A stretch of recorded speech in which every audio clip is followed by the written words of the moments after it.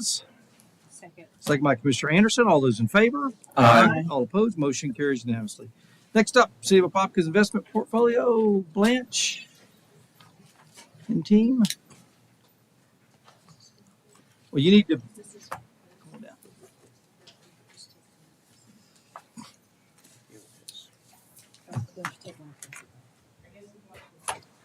Yes. It's on, which is the red button. So we have before us Morgan Stanley going to give you an update on our quarterly performance for the investment portfolio for the city of Apopka. We have Mr. Glenn Scott and Mr. Trisha Mingo. All right. Thank you. So here we go.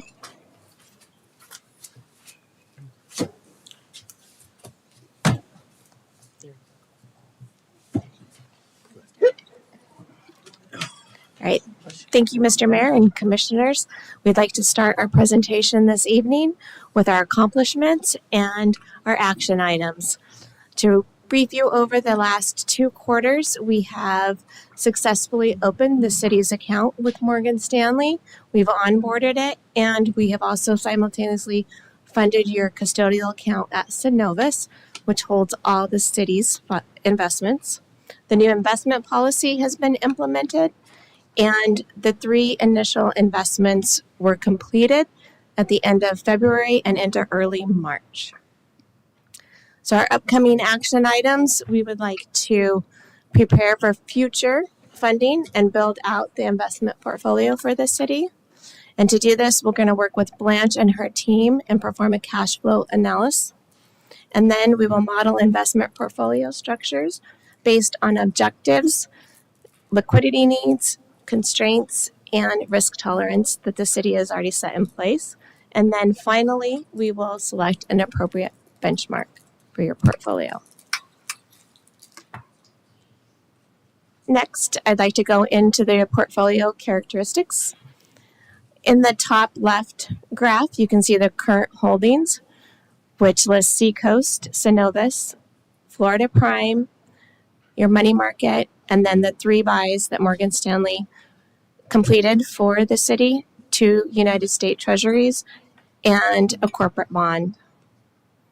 At the bottom of the chart, there's your portfolio duration. And as of right now, most of your funds are sitting in overnight bank deposits. And that's the largest bar on the graph where there's no duration. And then we go out to the restriction of 2 to 5 years with the securities that we have purchased. Up in the top right-hand corner is your issuer concentration. This is a breakout of your holdings, and you can see Synovus is the largest concentration right now at approximately 59%. Over time, we will go ahead and work that down as we purchase investments for the city. In the bottom right-hand graph is your asset class diversification. Again, demand deposits is the largest portion right now, which is the city's holdings in the overnight bank deposits. Looking at the yield curve, this is a graph vertically is interest rates, horizontal is time to maturity of U.S. Treasury securities, and the 3 lines are the where we're at presently and where we've been in the recent past. And you can see that the yield curve, the big structure of it, is inverted, meaning short-term interest rates are higher than longer-term interest rates. That's a typical pattern at the end of a business cycle. The Fed has completed its task of raising interest rates, holding them there to fight inflation, slow the economy down from an inflationary point of view. And now they're going to pivot. We think that pivot will start in September with the first rate cuts as the Fed starts to become more concerned with how far the economy has slowed and the risks that unemployment rates may be rising in 2025. When you looked at the previous slide, you saw that we were buying securities out in time. That's against a curve that is inversely sloped, meaning when we lock out assets belonging to the city out in time, we're doing so to lock in an interest rate now in anticipation that the Federal Reserve will cut rates starting this year and through a good chunk of next year. And so that when we do a break-even analysis it makes sense to buy the securities now and lock in that rate to protect the earning power of the city's portfolio. Let's see here. This is a little complicated graph, but good for you to see kind of the work we do in behind the scenes. These are implied forward contracts on how many rate cuts the markets are anticipating through January of 2025. And you can see that it's just over 2.5 cuts. So it would take the federal funds rate down by 0.75% by the end of the year. On the bottom half of the graph is Morgan Stanley's projections for interest rates on the 2, 5, 10, and 30-year Treasury securities. The 2 and the 5 is relevant for portfolio construction for you all. The 10-year is real relevant when you're issuing debt, and also for the people when they're trying to refinance mortgages or buy homes. The mortgage rate's set off the 10-year Treasury. And you can see the projections in the base case, which is the soft landing scenario, which is the policy of the Biden administration and the Federal Reserve to hold interest rates to a point in time where we get inflation coming down, which it is. And the economy is slowing. And so now we're trying to get inflation back towards 2%, which is the target, without causing a recession. We think that's still the highest probability. Morgan Stanley assigned about a 60% probability that that will, in fact, be what happens. There is now a rising possibility, though, that the economy does go into recession in 2025. So it's just something to keep in mind. And we're not the only ones saying that, of the big Wall Street firms. So there is a rising risk that the Fed had to hold interest rates too high for too long, fighting inflation, and has put the economy at risk of recession next year. This is Morgan Stanley's economic projections for the rest of this year and then 2025. I'll just highlight a few of them. Real GDP is the growth rate of the U.S. economy. Again, we see the soft landing where the economy slows from a 3% in 2023 growth rate down to a 2% growth rate, 2.1% growth rate in 24 and 25. If you jump down to the middle of the chart here, that's the civilian unemployment rate. You can see that that rises significantly from where it was in 2023 by the end of 2024 at 4.2%, and then rising further to 4.5% in 2025. That's something we obviously want to keep an eye on. Consumer price index and the other measures that the Federal Reserve uses for inflation. We'll just stay with CPI because that's the one people are most familiar with. We can see that the inflation rate in 2022 is over 7%. That was from the effects of COVID and other anomalies that were going on in the world economy. That slowed to 3.2% in 2023, further slowed to 2.9 this year. We see it going down to 2.2 by 2025. And then lastly, the Fed Fund target rates, which is the overnight interest rate that the Federal Reserve controls. Right now it's at, we see it ending this year at 4.6%, which is reflective of those 3 cuts, and then further reducing down to 3.6%. So almost 200 basis points lower than where we are presently by the middle of 2025. So significant reduction in interest rates coming in the next 12 months.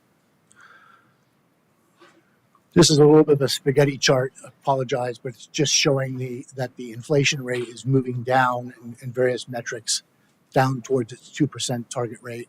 We see it getting to that just right above that 2% target rate, middle of 2025. And lastly, the investment program of the city. You want to take this one real quick? Yeah, okay. As you can see, the portfolio composition, bank deposits, U.S. Treasuries at 20%. This is the planned program for the city and where we are intending to take the portfolio towards, with a further authorization of extension of city money out of the overnight investments that you currently have. And that's all we had as our presentation. If there's any questions, be happy to answer them. Any questions? I've got one. I know I can't remember what was the total dollars. What was it, like 140 all in? How what's the, I can't. Oh, 189 million. So if you were, obviously our budget year starts October 1st and we're projecting obviously revenues and expenses. If you're looking, I know in your crystal ball, what would you think would be a reduction from this year to next year on $190 million in interest income? Okay, yeah, so that's a great question. So if we were to do that reduction of approximately 200 basis points, and assuming that balances don't change, so we're holding that constant, Right. then 2% would be it would be about a $4 million reduction in potentially in interest rates, in interest income. Okay. I mean, I wasn't trying to put you on the No, spot. that's all right. But we're going into budget, and I know we know interest rates are coming down. It's just, and so for Blanche in the back, she needs, some direction. So helping. Yeah, Mr. Mayor, that's a great question. I think that the city has to balance off in your budgetary considerations, which is interesting. We're doing this right after you're doing your budget, is the rising risks of the economy slowing, which would affect your tax receipts. Inflation is slowing, which helps your budgetary side. And then your interest income is reducing. Right. So you have all three variables feeding into your budgetary considerations, along with all the other variables that you guys were just discussing. So yeah, it is a complicated mix. I would say that a little bit of caution because of the recessionary risks in a budgetary cycle is probably prudent. Yeah. I mean, if you wouldn't mind just kind of, when you get back, just kind of pencil, and I'm just some rough numbers for us. I mean, take a little more time with it and just say, hey, because if you, obviously we get more in October, if they start to drop the rates, first quarter of, 25, then it will impact us later into the fiscal year versus Right. earlier. So if you could just, based on what you were telling us, what the amount of, cuts in the interest rates along the way. Right. And you don't need to spend, 2 days, but if you could spend an hour on it, that would be. So perhaps for our next presentation, we'll come back and try to assess for you sort of economic impacts as they affect the city budget. Is that what you would like Well, to do? I'd love to have it if we could before September the 4th, but Okay. because that's when we're looking at our overall budget. So, if you could give us some kind of a rough idea by then, if that's possible. Yeah, we can. do Okay. that. Yeah, Sure. it'd just be nice to have that, as we go into the new budget year. Happy to do so, Mr. Mayor. Awesome. Thank you. Thank you. All right. Thank y'all for coming. Appreciate it. Thank you. Safe travels. Michelle.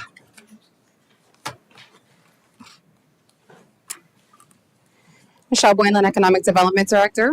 Good evening, Mayor and Commissioners. I'm happy to bring forward my second update from the Economic Development Department. I will make this very brief. Just wanted to take the time to introduce a new tool to you that will be featured on our website when it is launched in early August. So there's going to be two items that I addressed here. First, the strategic plan that was discussed as part of the update last time, where we are with that, and then the sites and buildings database. What it is, we'll take a quick tour of that database, and we'll talk a little bit about how we're obtaining the information that we want to use to input in the database. So as far as the strategic plan goes, there was a recommendation made last time at my update that we do a citywide strategic plan exercise before we embark on the strategic plan for the purpose of economic development. That was taken into consideration. A plan was developed. I hope that all of you have seen my email with requested feedback by tomorrow morning. Would be awesome. If you need an extension on time, please let me know. I'm happy to announce that we did apply for and were awarded a grant from Duke Energy, the Powerful Communities Grant. The grant will help offset the expense for the strategic plan in the amount of $20,000. So I do want to thank them for their consideration of our application and the award. So diving right into the sites and buildings database, as you can recall, I have presented all my goals and initiatives for the development of the department. The first being brand awareness, marketing, and our efforts to attract new business and industry to come into our community. One of the items I discussed was an inventory of the assets that we have available, whether that is industrial or commercial, land or buildings, and how we're going to get the information out there. We are currently promoting that information through the Orlando Economic Partnership, which is the regional partner. But I think it's also important for us to advertise that ourselves and to put out there specifically Apopka sites, not just be blended in with the other communities that OEP represents. So what the Sites and Buildings database essentially is it's a centralized database of information that can be utilized by site selectors, by corporate executives, by residents of the community, by yourself.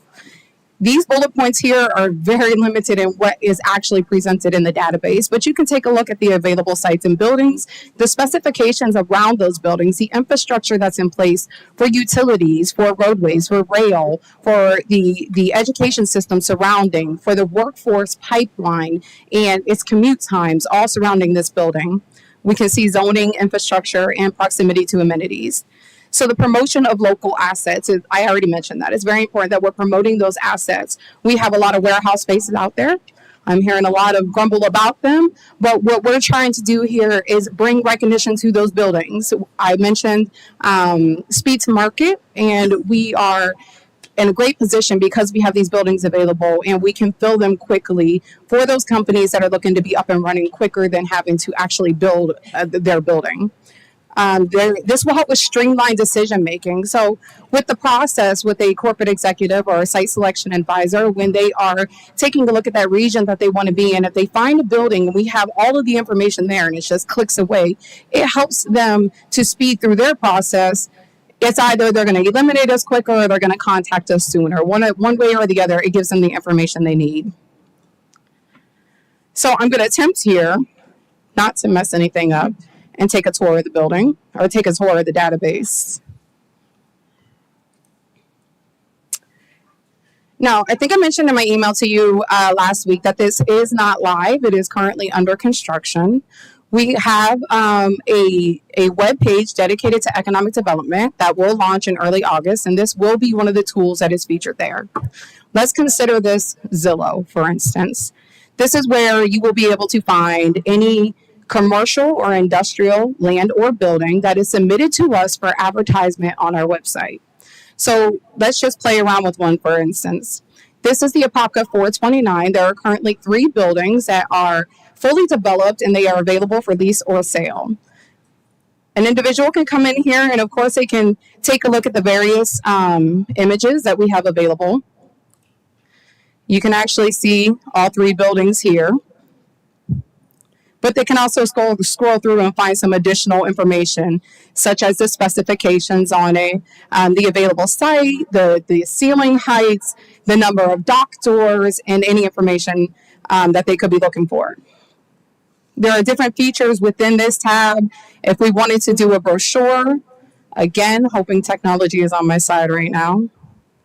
If they click this button, it's going to essentially create a brochure where the contact information is going to be us. We want to be the first point of contact for them because we don't just want to discuss the building, but we want to discuss the benefits of doing business in Apopka. So they can create this brochure and have it on hand. But they can also access the brochure from the property management company or the seller that is linked here. So we are giving them recognition as well. While we're in this tool, we can take a look at different things. If we wanted to look at the school systems that are available that are surrounding this property, and I think we're zoomed in a bit, so I'm not certain how it's going to appear out here. But you'll start to see some of these, let me unclick it. You'll see some of these features start to light up on the page and they can click on them and learn more about what it is, the school name, information like that. We do have utilities here as well. If we were to take a look at infrastructure, and I want to go to utilities, you can see those electric transmission lines that are near the property, and you can click on these as well and learn more information about those lines. So there's a lot of features here. I'm not going to go through every single one. But something that the decision makers do look at is drive time for their employees. They want to see where they're pulling their workforce from. For the sake of this exercise, we're going to look at drive times from 20 to 60 minutes out, and we're going to look at towards the facility. If I click on Generate Report, it should populate. This map which it looks completely different on my screen, you could actually see here within these color coordinations where they're pulling their workforce from within those drive times. So essentially, a decision maker will look and see that they can pull a workforce from Kissimmee within a 60-minute drive. Now, it's also going to depend on time of day, and you can add those filters as well to be able to see that we can produce the workforce that they are looking for. There are several reports that are available, and this feature can be utilized specific to each site or just specific to the community. But this workforce report shows you, within those same parameters, 20, 40, or 60 minutes drive time, you can see the number of employees by occupation type and their annual median wage. And that helps them to identify if we can fill their workforce needs, what is out there. So I'm going to get out of this property and I'm just going to come back out here. And for the sake of our community, for our citizens here, we did hear a request during one of the budget meetings about being able to take a look at different things such as the current developments that are taking place and how we can track their progress. Under zoning and planning, we have the feature to highlight our CRA. It appeared here. If we want to look at the current development projects that are occurring in Apopka, when you click on that, you can see the different developments. For instance, if we click on this development, we know it is residential. You can scroll through, you can find some of the documentation that is attached to that development, and it is easily accessible by anybody who's willing to take the time to get in here and wants to find out more. Now, to expand upon this, there was a question about how can we track the progress. We can't essentially track the progress of the development, but we can track where they are in our process of the development. I am collaborating with the community development team to see how we can enhance that. Maybe we can add some check boxes here to say they've gotten this far along in the city's process. I can spend all night going through this tool. And I mentioned to you that I think that it can appear to be a bit overwhelming to those who are not used to navigating it, but I promise you that it does serve a purpose, and it is going to be very beneficial to us for those who are looking at our community to grow here. Well, I took us back to the beginning if we want to start over. So with that, you might ask, how are we obtaining the information or the properties that we want to have featured here? I have collaborated with the media team, and we've created what we called a property solicitation form.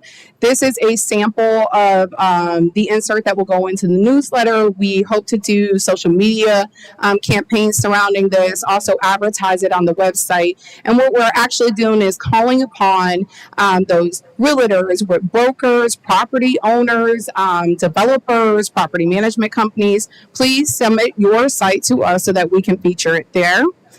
What happens is they can follow this link once it's out, and they can complete a form that will be emailed directly to me, and I'll be able to take a look at the information and then start adding those properties in. Through this form, they can identify the name of the property, if it's a site or building, what type, the address, a description, provide a link, is it for sale or lease, upload photos, brochures, any information that they feel is pertinent for us to have on the website for them. With that, I wanted to be brief, but also hope that I was able to give you a good demonstration of what we have available here. And I look forward to launching this in early August, and I'm available for questions. Any questions for Michelle? No questions other than you've done a really good job in kind of selling Apopka. And we discussed that when we're driving through the 429 and the 451, a lot of our residents see the warehouses, and for some they see it as we're losing all this, green space. But for some of us, we look at it as progress. We look at it as, this is revenue and businesses and jobs for Apopka. So the best way is to really, that you're doing, and I really thank you for this, is marketing us. And that's a good thing. Thank you. Any other questions? Yeah, I just have one question too, or just I guess a recommendation request is that in filling out the database, I just don't think a lot of agents, brokers, et cetera, developers are going to be as proactive as we'd like them to be. So I'd like to get ahead of it a little bit and maybe use Orange County property appraisers, start kind of filling it in on our side of it. And if they want to start putting in their lease data, whatever it may be, for sale data, then we can add to it. But I think getting ahead, especially kind of in the CRA and building out, I think will be very valuable just to start there and work our way out. Absolutely. And this is also an opportunity for us to form those relationships and to partner with the realtors, with the brokers, and especially with the property management companies. It may appear that I'm showing some favoritism. Those 10 properties that I have there listed now are those relationships that I've been able to form with those property management companies, and we are actively marketing those properties together. I understand for some they are an eyesore. I challenge those individuals to look at them as job creators, but point well taken, and we will be proactive in our approach. Perfect. Thank you. Will you be listing any of the, the existing warehouses that we have that are operating, like our Amazon, our Goya? Because that's a way to really encourage, big companies like Amazon and Goya to come here and they see the success of these warehouses. Yep. So I had the team with me today, and I want to thank the IT team who has been essential in helping with the development of this database. And we did a training with GIS WebTech, who is the vendor who provides this. And moving forward, this might look a little bit different because we can adjust what the map looks like, and we can identify those current businesses, those existing businesses, and that is a selling point for our community. So you'll see labels of existing businesses surrounding these buildings as well. So yes, we will be able to do that. Okay. Anything? I have a few questions. So in regards to the accuracy of the information that's submitted from the brokers and realtors, where's that liability with our city? Just as questions for you, attorney. In regards to the liability with the city, a lot of times information that is online are uploaded from realtors, and some of the information can be misleading or inaccurate. It needs to simply have the appropriate disclaimers. Disclaimer, that's what I thought. So if we can add that disclaimer, I think that'll kind of alleviate, potential lawsuits. Mhm. But I think great job, and I'm looking forward to seeing it. Absolutely. Thank you. And also, great job. You addressed all my concerns. Thank you. Thank you. Thank you, Michelle. All right, public comment. Mayor, if I may, before we start the public comment, I just wanted to let you know that we had an item that we advertised to be on the agenda. It was an annexation. It's no longer on the agenda for this evening. Just wanted to let the public know as well if anybody was here to comment on that. Anybody that's here for annexation been pulled from the agenda? Okay, yeah, okay.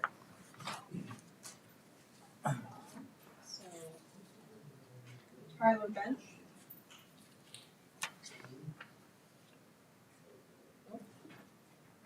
Albert McKinney.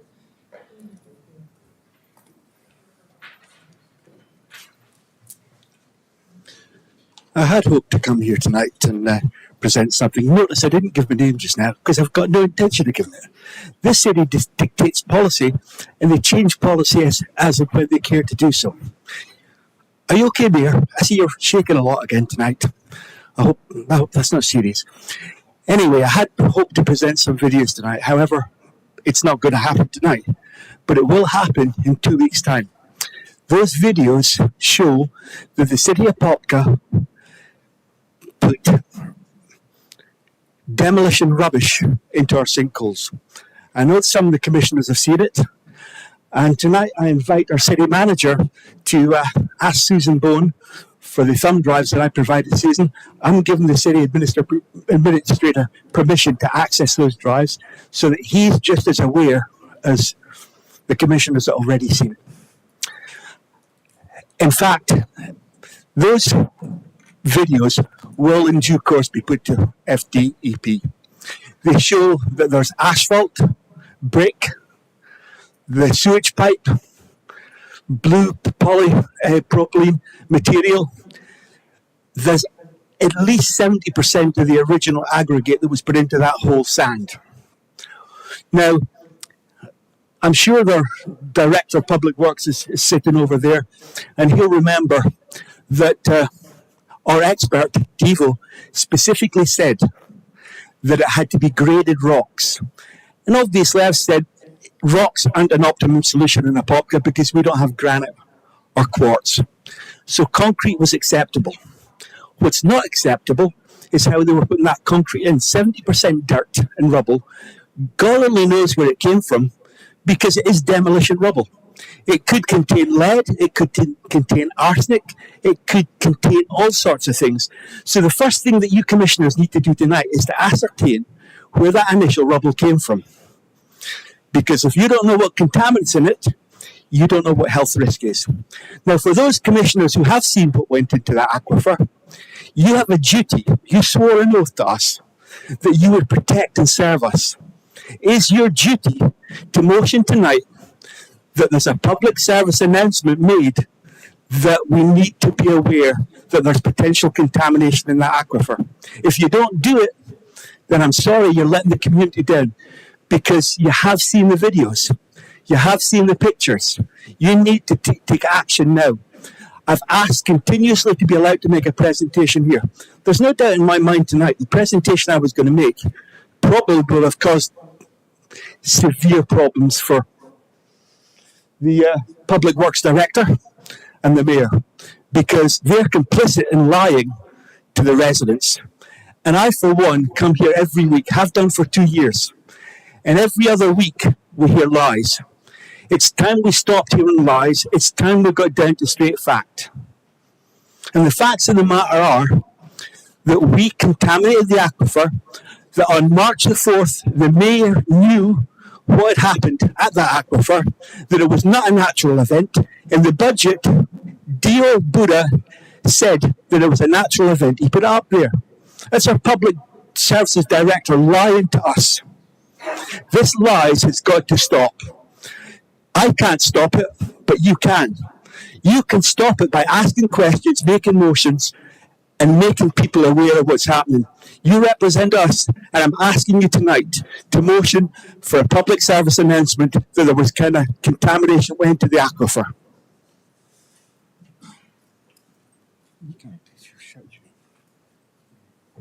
Dr. O?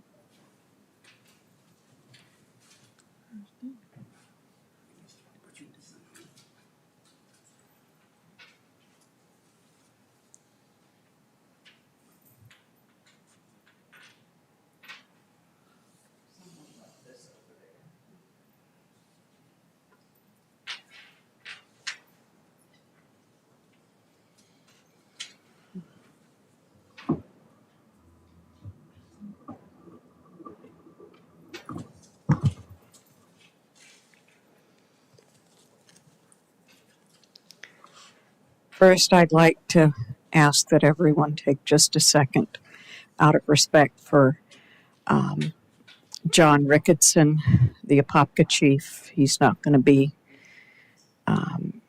writing any more articles or taking any more pictures here as of last night.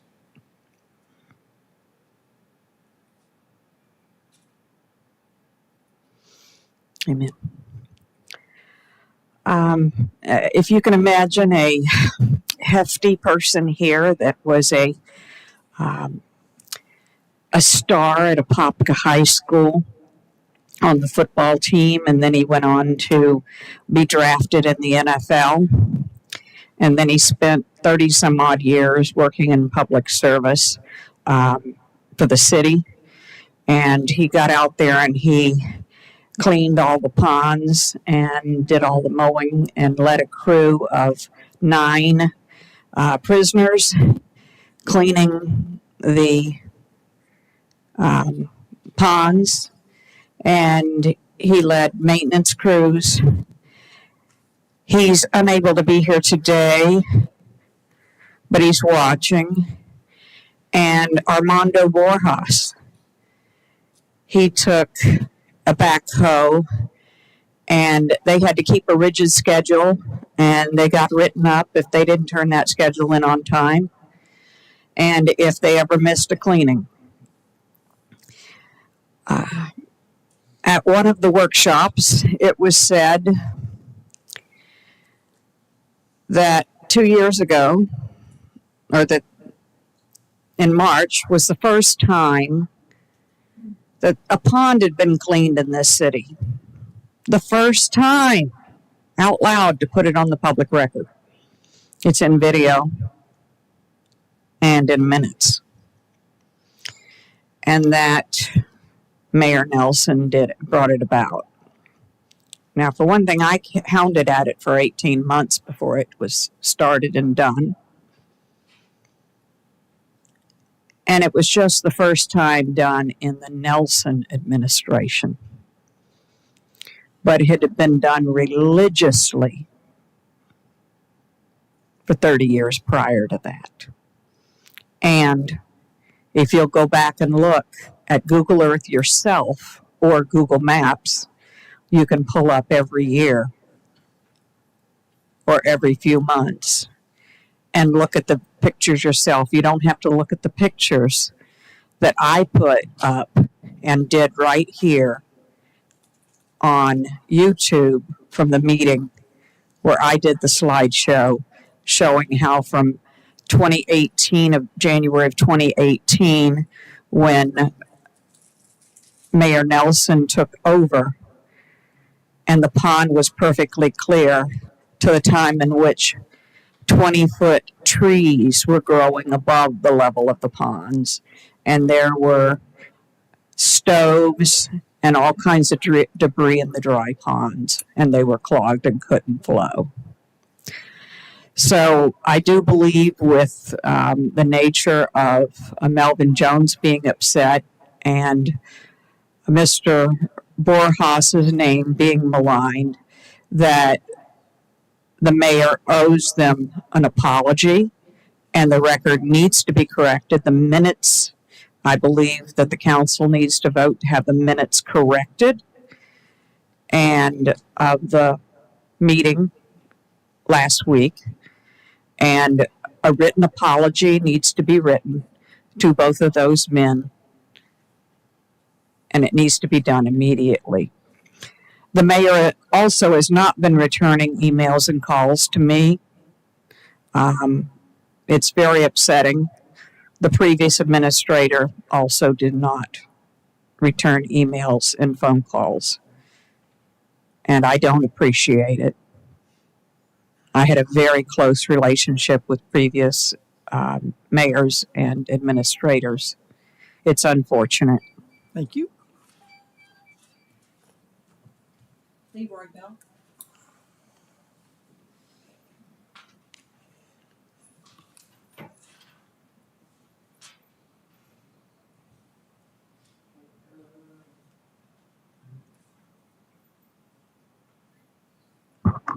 Leroy Bell, 2308 Wild Helen. Abbott McKinley just got up and spoke about videos. This city administration have a problem with videos.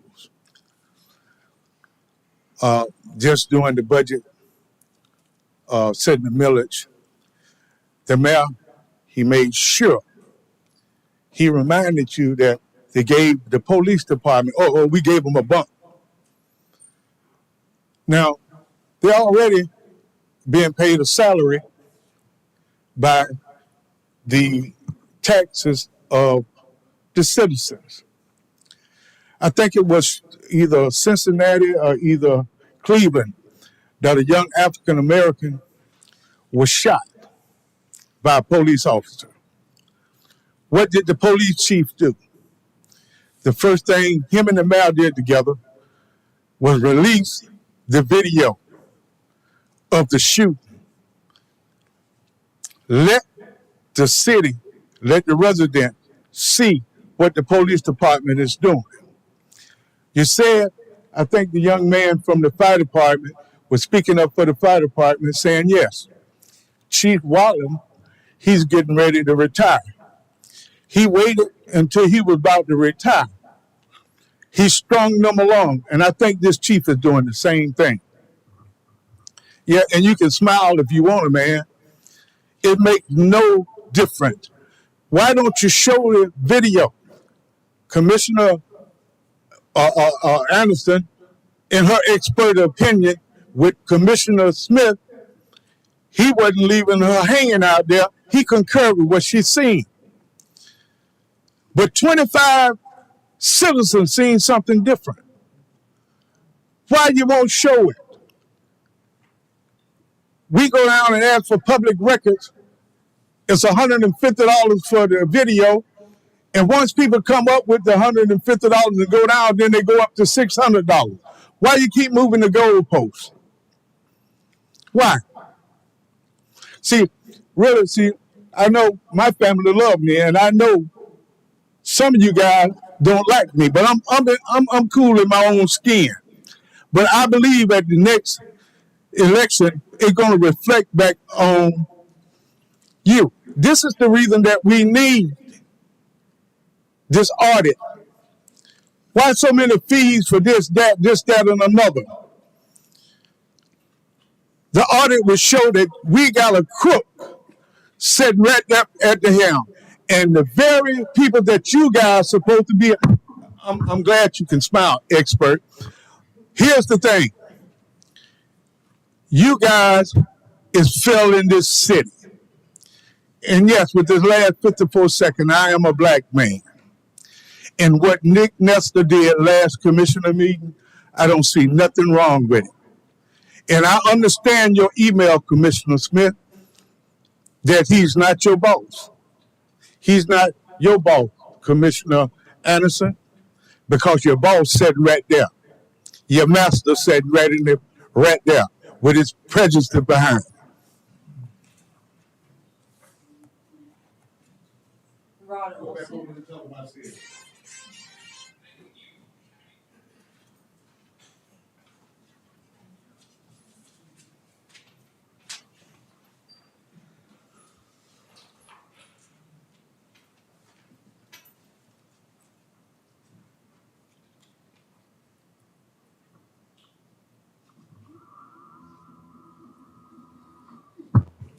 Rod Olson, 3156 Rolling Hills Lane.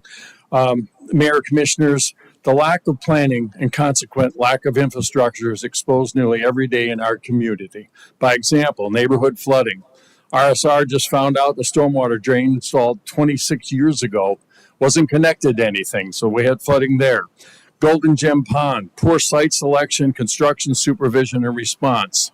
Street and sidewalk needs across the community, runaway development, school overcrowding, failure to spend our CRA funds. Setbacks. Do we have that picture or not make it? No, I guess not. Okay, I'm sorry. At any rate, I had a picture. It's a setback. It shows on a corner on Meandering Way, regular sized pickup truck with its nose against the garage door extends about 1.5 feet onto a sidewalk. Means pedestrians, kids got to walk around it. It's on a corner. Going around with a squad, a Ford Fusion, I have to go a couple of miles an hour between traffic, much less looking at a full-size SUV for our police department, ambulance, or fire engines. We have to look at setbacks in every development. Action plan to better serve our community. 1, before finalizing the final millage rate, confirm you've addressed all department needs, the current status, life expectancy, and planned replacement of all city assets. The cost and ramifications of upcoming pay and benefit increases. 2, immediately increase the development fees to ensure that developer pays for all the utilities we have to run to their brand new developments. It shouldn't be a taxpayer responsibility. Immediately establish a citizens committee to review each and every budget line item, related expenditures to be presented by no later than January 15, 2025, to be implemented for the 2026 fiscal year.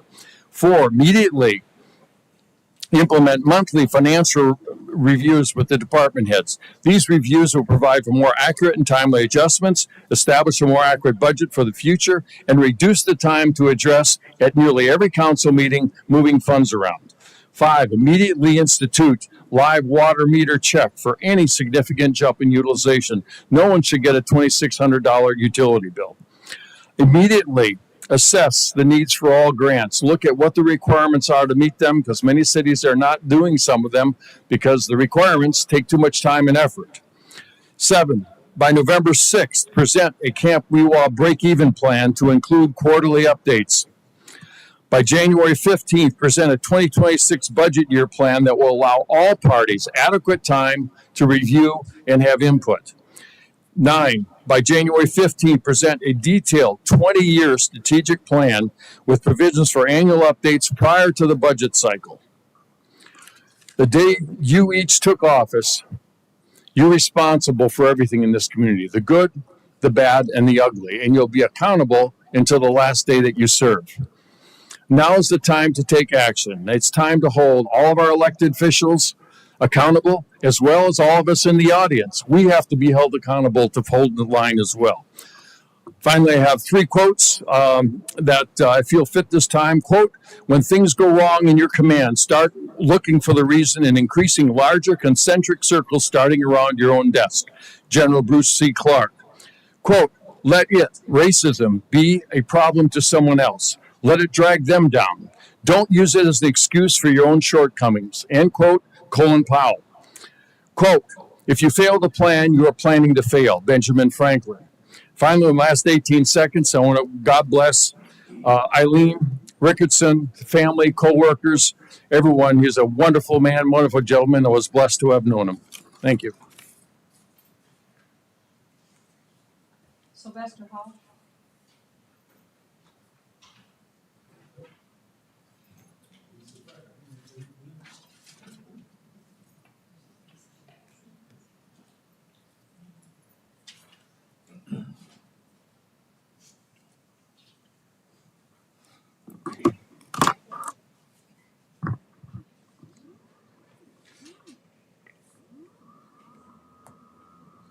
Good evening, Mayor, Commissioners.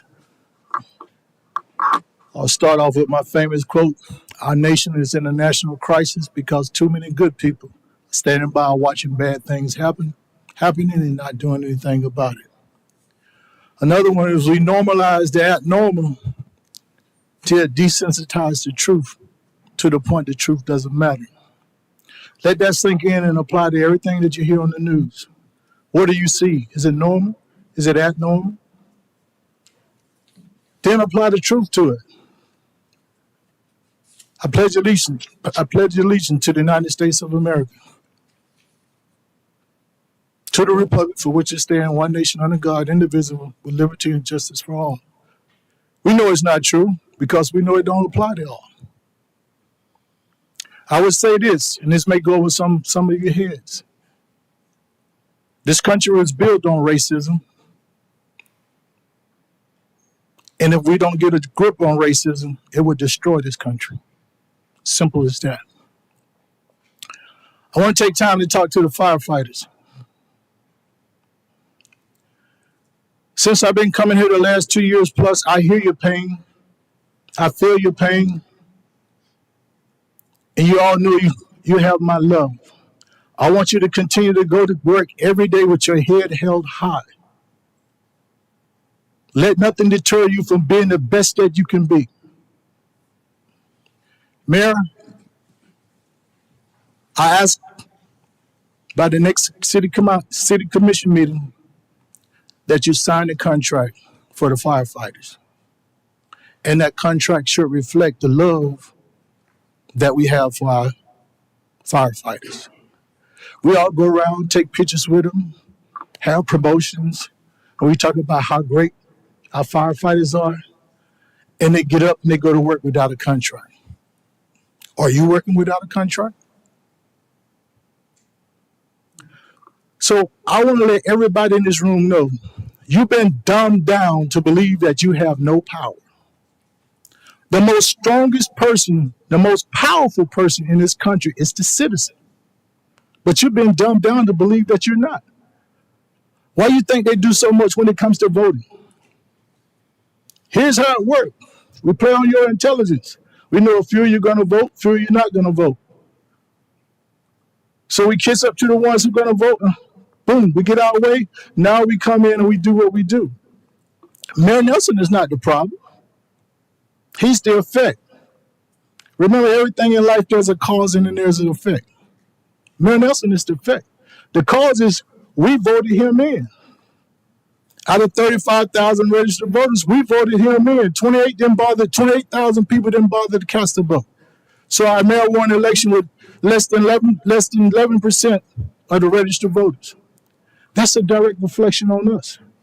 Whether you voted for him or not, that's a direct reflection on us. But the mayor, I'm saying this for my firefighters to let you guys know I am with you. Next city council meeting, they don't have a signed contract. I'm going to show you the power of a citizen. I'm going to show you the power of a citizen when we unite, what change we can bring about. So you can look at me eye to eye, because sometimes, you laugh at me, you do all these things, you demean me, but you can hear me. and you look at me and you understand what I'm saying because you know there's nobody in this country more powerful than a citizen. You've been taught that you have no power. You've been taught that they are the power. You have the power. I would demonstrate that to you come next city council meeting if they don't have a signed contract there.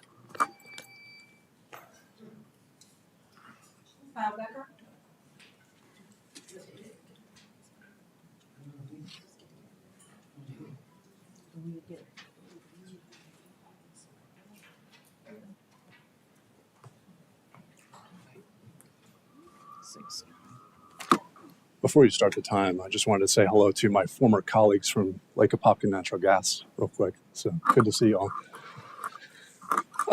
Kyle Becker, Seville Chase Drive, Winter Springs, Florida. I wasn't intending to be here tonight, but and to avoid me mincing words, I've prepared a statement that I'll just read off so I don't make any errors. I've written a statement to ensure I say exactly what needs to be said to address comments made during the City Council meeting on June 19th, 2024. During business item number 7, where the commissioners were asked by the mayor to consider rescinding the successful censure of Mayor Nelson passed by the council majority on August 2nd, 2023, for lying about the employment status of our previous city attorney, there was an outrageous accusation made of me by the mayor. As documented and passed in the meeting minutes from the beginning of today's meeting, I'll read through the exact quote from Mayor Nelson, even though his statement incorrectly used the word censorship versus the correct use of censure. And I quote, "The censorship was brought forward by former city commissioner for political reasons and had nothing to do with the good public policy. Prior to the censorship vote, the city commissioner had asked a city employee to meet him at a restaurant near his place of business. During the meeting, the city employee was told that if I, meaning the mayor, would not run for another term as mayor, the commissioner would drop the censorship vote. The city employee has agreed to swear under oath or take a lie detector test to prove that this actual meeting took place," end quote.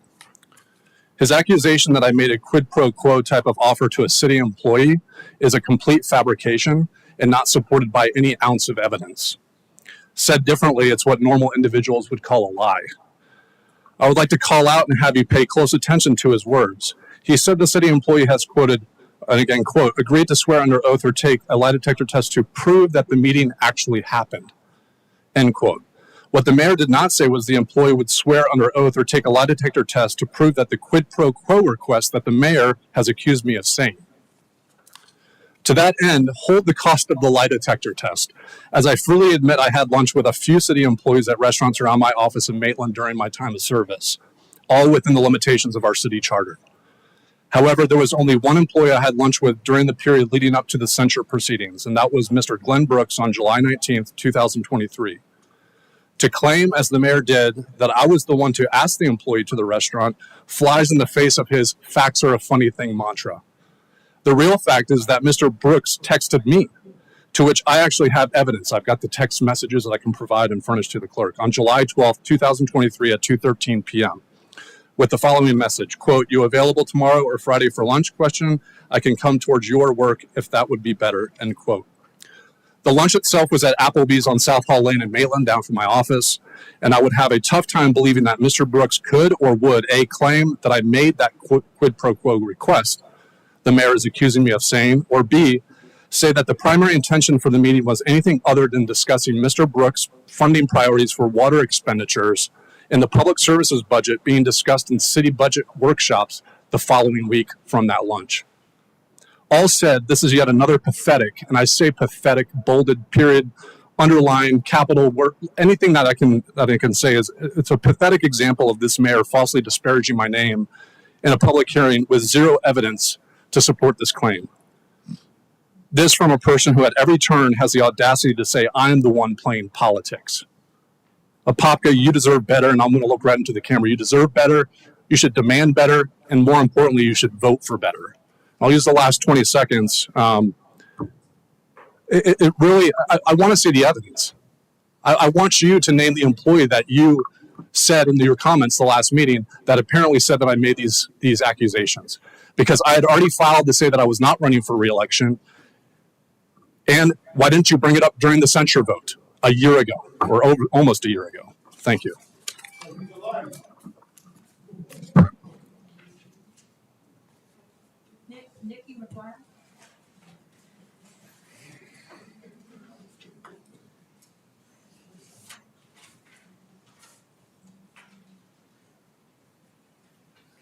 this is totally unfair to ask me then after.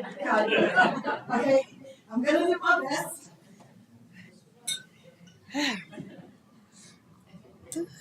Can y'all see me now?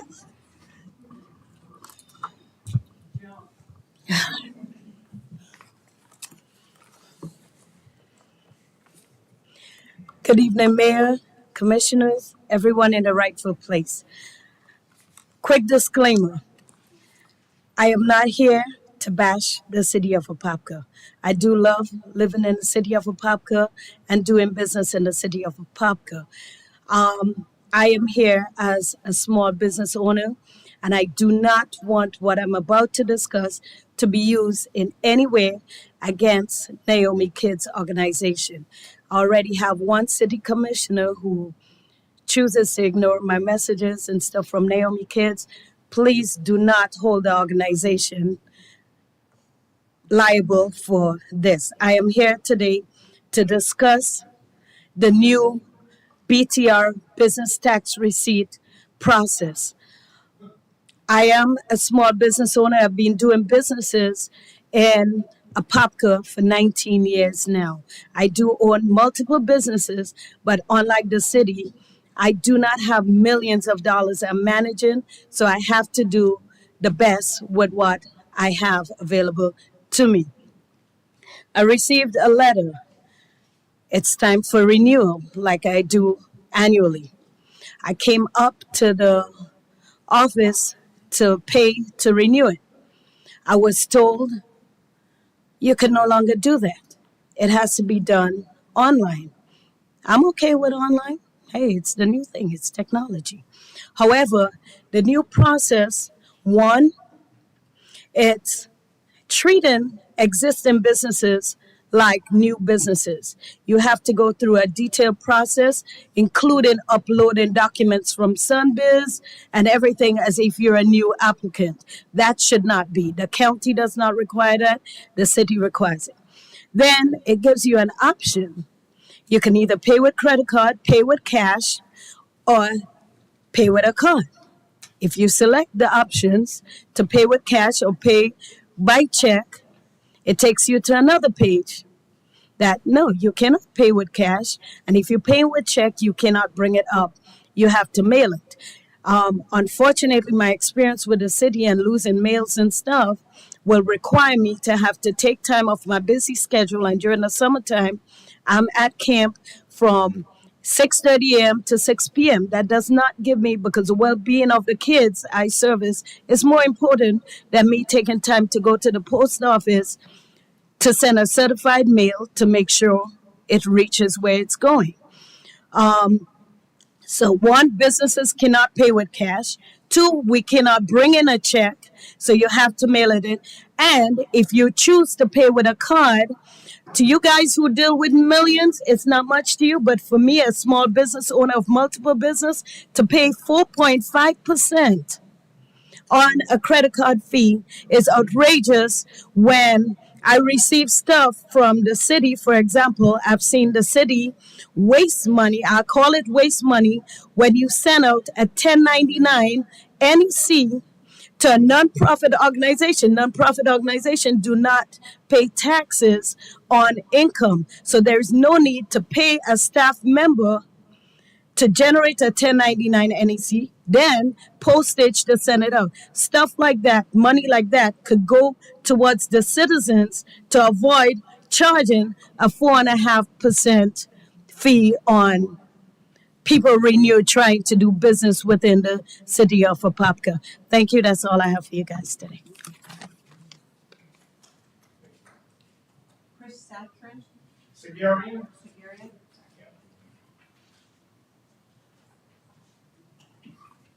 My name is Chris Sigarian. I'm from Lake Marion Drive in Apopka. This is a preliminary heads up. I had talked to Nick earlier and Diane just before the meeting started. I was going to just talk to the two of them, but now that I have the opportunity to talk to all of you, I am the lien holder on the Smoke Exchange over here in Fifth Plaza.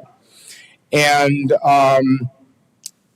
most of you, except Nadia, know what I went through to get my BTR over there. We had 6 months worth of legal battles and everything after the whole store was built. Now the store is built. Early in 2022, my son came down here from Oklahoma because I got cancer. And I was down and out for 7 months, and that was right at the time when we opened. During that time, he made a real foothold in that store. And I'm not going to get into the legalities of it, but I want to let all of you know that it has become a front for a drug operation. I've heard this firsthand. I see it firsthand, and I've heard it all over social media. He uses something called Telegram, and he calls them box sales. And he's selling everything under the sun over there. Now, my son, I didn't tell everybody this when he came down here, but when he came down here, he was a 15-year career junkie. I put him into rehab for 2 years in Oklahoma. I brought him down here so he would be under my wing, and I would finally be able to watch over him because I didn't raise him. After I got cancer, he went back to his old tricks, and on May 10th was arrested by Altamont Springs police for cocaine and fentanyl and a whole bunch of other stuff, which is all part of public record. I'm bringing it to your attention because the state yanked his tobacco license, which was under my name.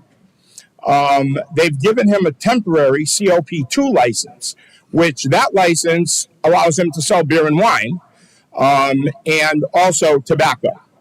That license will not be approved because he's had over 20 arrests in 7 states in the past 15 years. The BTR, I talked to Brian Howell and Bobby Howell, I'm sorry, and the BTR does not allow for that space, nor does the landlord's lease allow for that space to sell beer and wine. Now, this has no reflection on anybody else in that plaza. Not the Axhole, not the brewery, not the girls at the end. This is just in relationship to the smoke exchange, because this is all that I have firsthand knowledge of. I want all of you to be aware that that BTR needs to be either revoked or it needs to be looked into because he's doing things he's not supposed to do with it. Also, for you to be aware that the state will not give him a license because he cannot pass the background check. So unless he sells or gives the business back to me, he won't have a license to sell all the things that we spent $30,000 against you folks to be able to sell over there in legal fees, where Mike Rodriguez was an advocate for us, and he stood up and he showed, the commission. Nick knew about this, but wasn't part of the commission. Nadia, you weren't here. Kyle was here. And Michael Rodriguez showed them that there were plenty of instances all over town that they should grant this. Finally, in March of 2022, they granted it. So, fair warning, this is what's going on over there. It's not good I've lived in Apopka for 35 years. I have a good family name. It's not a common name, Segarian. So there's very one of us, like one. And I have a young son, 25, who works for Lockheed Martin. I don't want my name dragged through the mud because this kid has gone off the rails again. And he's my son. And it's very hard for me to get up here and talk to you guys about my son. But I'm telling you what's going on over there. And I'm sure a lot of you know it because it's been all over social media. Okay, thank you. And a lot of people in the city as well. Yes, thank you. Thank you. So that's the completion of this. Nick, thank you for your time yesterday on email to respond back. Diane, no need to talk afterwards. I said what I needed to say. All right? Thank you. That's it? All right. Let's see here.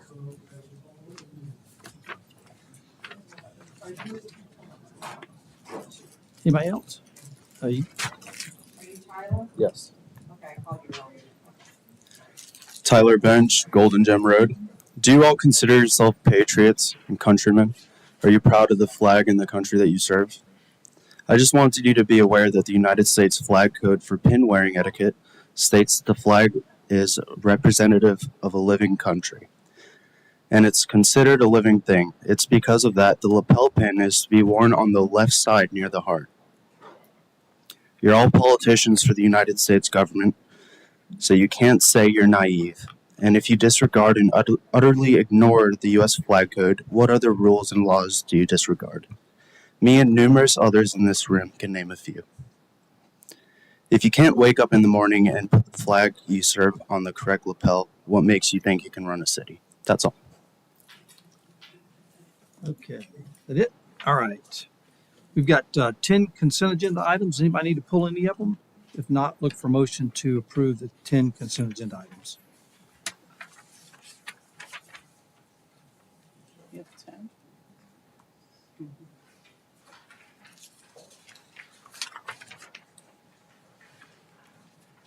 We have 10? Online is 10. We have 10? It's 10. Oh, because I printed it out before. Yeah, it's 10. I'm sorry. That's me. So looking for a motion to approve the 10 consent agenda items?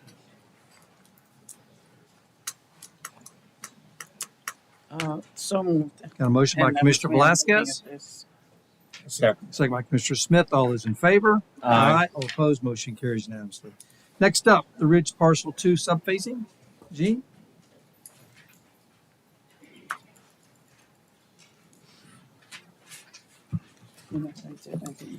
Good evening, Jean Sanchez with the Community Development Department. This is a request to approve the Ridge Parcel 2 subfacing construction site plan. The property is located north of Boy Scout Road and west of Falconhurst Lake. It's the northwestern portion of what's known now as Bronson's Peak Residential Subdivision. The area in question is approximately 79 acres in size. The subphasing proposes the revision of phasing limits to Phase 2A and 2B. The purpose of this submittal is to split Phase 2 as previously approved into Phase 2A and 2B. 2A will include 88 lots and 2B will include 60 lots. This further phasing of Phase 2 will allow for earlier construction and completion of the roads to the west of the amenity area.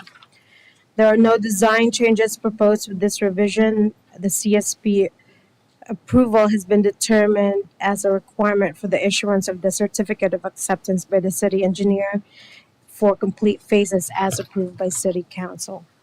The DRC recommends the Ridge Parcel 2 subphasing construction site plan. Staff is available for questions. Any questions for Gene? I've got a couple questions and spoke about this during my review meeting. I guess there's concerns that if we start doing mini phases like this, that there's potential the project will never be completed and I'll have a single family home next to a vacant lot that will never be maintained or never be taken care of. So it opens up opportunity for projects to be not finished in a pretty substantial way. Frankly, just from planning's perspective, that really doesn't commit a developer to finishing a project by a certain date, at least with the city.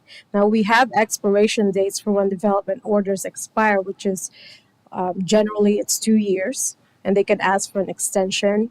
But I don't know if I can frankly tell you it would commit them to a certain date if we require subphasing or phases or sequencing timelines to be before City Council every time. Because in the past, we've never required it, and it appears that these kinds of developments in general is dictated by the market. So I don't know if we can require something like that. And I guess that's my additional concern as well, is just that this, if we are, because previously we never approved phasing. Correct. That's usually addressed during the construction site plan process, which this is mistakenly labeled here as a major development plan. Usually we only take major development plans here. But in this case, and really with a lot of sequencing plans, I think the city engineer has determined to take some of these back to City Council. I'm not sure, maybe it's in the interest of you all knowing what construction is going on and things like that. Well, I think it's partially that. And I spoke to our city engineer as well, Mr. Earp, and he did have some concerns just over the downfall, some downside Right. that could happen from this. So I echo those same concerns that, to your point, the market is changing and adjusting, and developers can't take on as big of projects. They got to phase these out, which I totally understand. And I just want to make sure that it's not putting additional work or onus on our staff. Your It department. certainly is, sir. Well, that's my concern. Yeah, so Yes. that's exactly my concern, is that if we do this, it For slows us I down. mean, the whole premise of us doing a construction site plan to only have, I mean, we have an option to take construction site plans to city council, but really when I was here in 2019 and we were going through the land development code update, the whole purpose, as I recall, is to kind of streamline a process, right? The construction site plan is supposed to outline a general time frame for developers. Now, we never dictated which phase is going where. I know we've dictated infrastructure and when they should go in. I don't know. I'd have to defer that to public services for you to truly address all your questions about timeframes. Understood. So, would you approve this? I would. DRC approved it. We have no objection. So you're okay. You feel that the staffing level that you are at now, and most likely these additional requests coming in from other developers, that you can take on the extra work. That's not what I'm telling you to approve. I'm telling you that DRC has no objection to the approval of this project. Okay. Any other questions? My concern is if we subdivide now, what's going to prevent them from coming back and want to subdivide again? And I would prefer them finding another developer and they partnering together and develop the entire phase. I really don't know if we can answer those questions for you. Okay, well, I'll defer to the applicant representative in terms of that. George, VHB, 225. You can just, yeah, there you go. 225 East Robinson Street. I'm here for the engineer of record. Just wanted to note that when we went through City Council the first time around, the project was in phases, phase 1A, 1B, and phase 2. We have since gone through DRC and we split it into 1A, 1B, and 1C, and 2. Phases 1A, 1B, and C have already been completed, and certificate of acceptances have been issued for those. At the moment, like Jean has mentioned, we're looking to subdivide phase 2 into 2A and 2B to adapt to the market, allows for the market flexibility. It's also allow for the quicker development of the amenity area.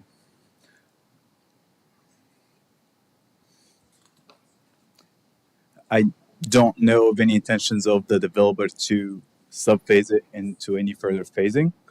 As I mentioned, the first half of that whole development has already been closed out, and it's currently going under vertical construction. And they're eager to get started on phase 2A and get that developed as well.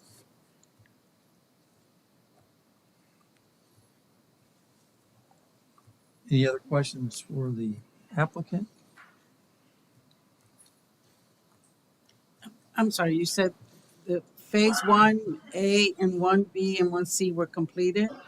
Yes. And so how It's- many homes are in this phase that you want to subdivide? Do you have the exact number there? I'm sorry. So 80 and 66. So just to clarify, the major development plan and really plat, right? Were all broken up into phases already. It did not include a 2A and 2B. It only included a phase 2A. This ask is to include the subphasing of phase 2. Everything else has been constructed, correct? Planning has gone out there and has completed site inspections for most of the infrastructure on the east. So everything has been constructed there. This really, Yeah, so that has all been constructed. It was developers shown that they've I done can't hear you. I'm Yeah, sorry. I'm saying yes, everything has been on the east side for phase one. A, B, and C has been constructed and closed out, and the developer, I think, showed they had done that in a timely fashion, and it was done as soon as it was possible for them.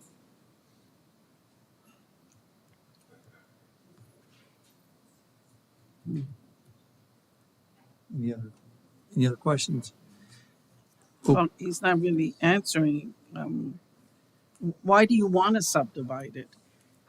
Well, so as I mentioned earlier, when you subdivide it, they're able to construct and close out phase 2A quicker, and that way they're able to adapt to the market. You know, they're building lots and particular models as the market allows. So this has been what has been happening with the previous phases and with other projects we've got. Do you currently have builders that are interested in phase 2A and 2B? I'll have to refer to the developer for that. I don't have the answer on that. So what infrastructure would you, with the Gene, I guess is maybe for Gene, do you know what the infrastructure that would you dead end? I can't read the road at the top. on the there. west, you mean? That is What's not that? the infrastructure on the west is not constructed yet? Is that what you're asking? Well, I mean, if we were to allow this to go forward, which roads would be? All the roadways that continues to the west. The Spine Road, because of fire and emergency services, were be done. required to be constructed in the beginning under phase one, Right. which makes perfect sense. But yes. Okay.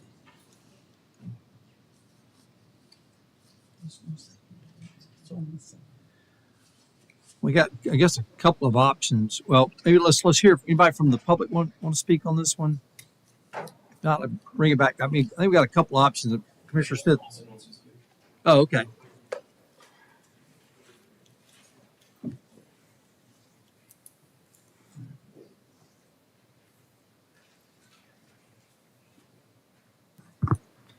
Rod Olson, 3156 Rolling Hills Lane.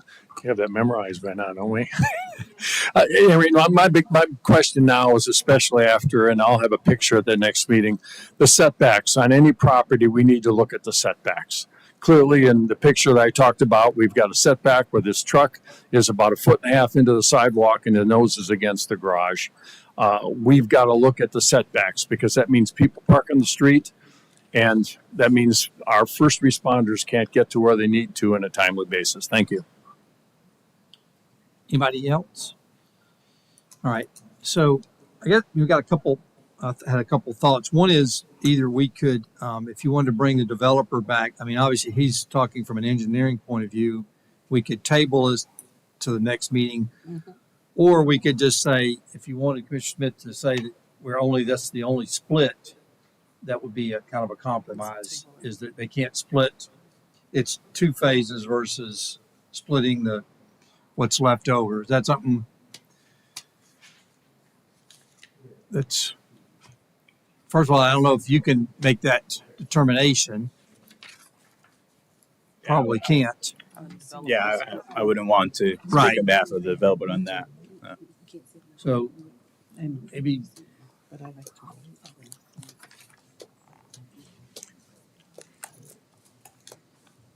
It's missing all the I think maybe we need to bring it back. Yeah, it's up to the Weeks. council, because I'm not in favor. Yeah, so let's do this. Let's table this so we get the developer to come back and we'll talk about, what the alternatives are. So Everybody good with that? Yeah, Yes. because Yes, I'm because we're not, it's a lot of unknown. right now you can't sell me on the sub And he's, phasing. yeah. And I just, for me, is that if we allow this big of this to occur, it opens the door for other developers with big projects to do the same thing. All right. Well, Okay. All right, so look for a motion from the council to table this meeting until August, is it second? What's our next meeting? Second? What's the next? Second? August 2nd? 7th. So look for a motion to table this, this item until August 7th. Yes. Got a motion by Commissioner Velasquez. So moved. Second by Commissioner Smith. All those in favor? Aye. All opposed, motion carries unanimously. Next up, Kelly Park Road Interchange, Bobby Howe.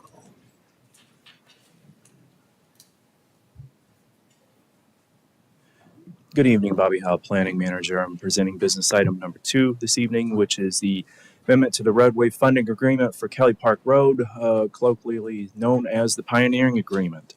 On June 1st, 2023, the City Council and certain property owners entered into the Pioneering Agreement to fund roadway improvements within the Kelly Park interchange.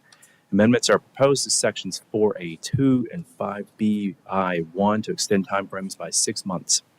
The amendment to section 4A2 extends the roadway construction start time from January 21st, 2025 to June 1st, 2025 to allow for the acquisition of the right-of-way and easements along Kelly Park Road to allow for the commencement of widening. Amendment to section 5BI1 extends the funding dates by 6 months. The recommended motion is approval this evening. One of the pioneers is here and would like to give a brief presentation to the City Council. Okay, come on up, Mike.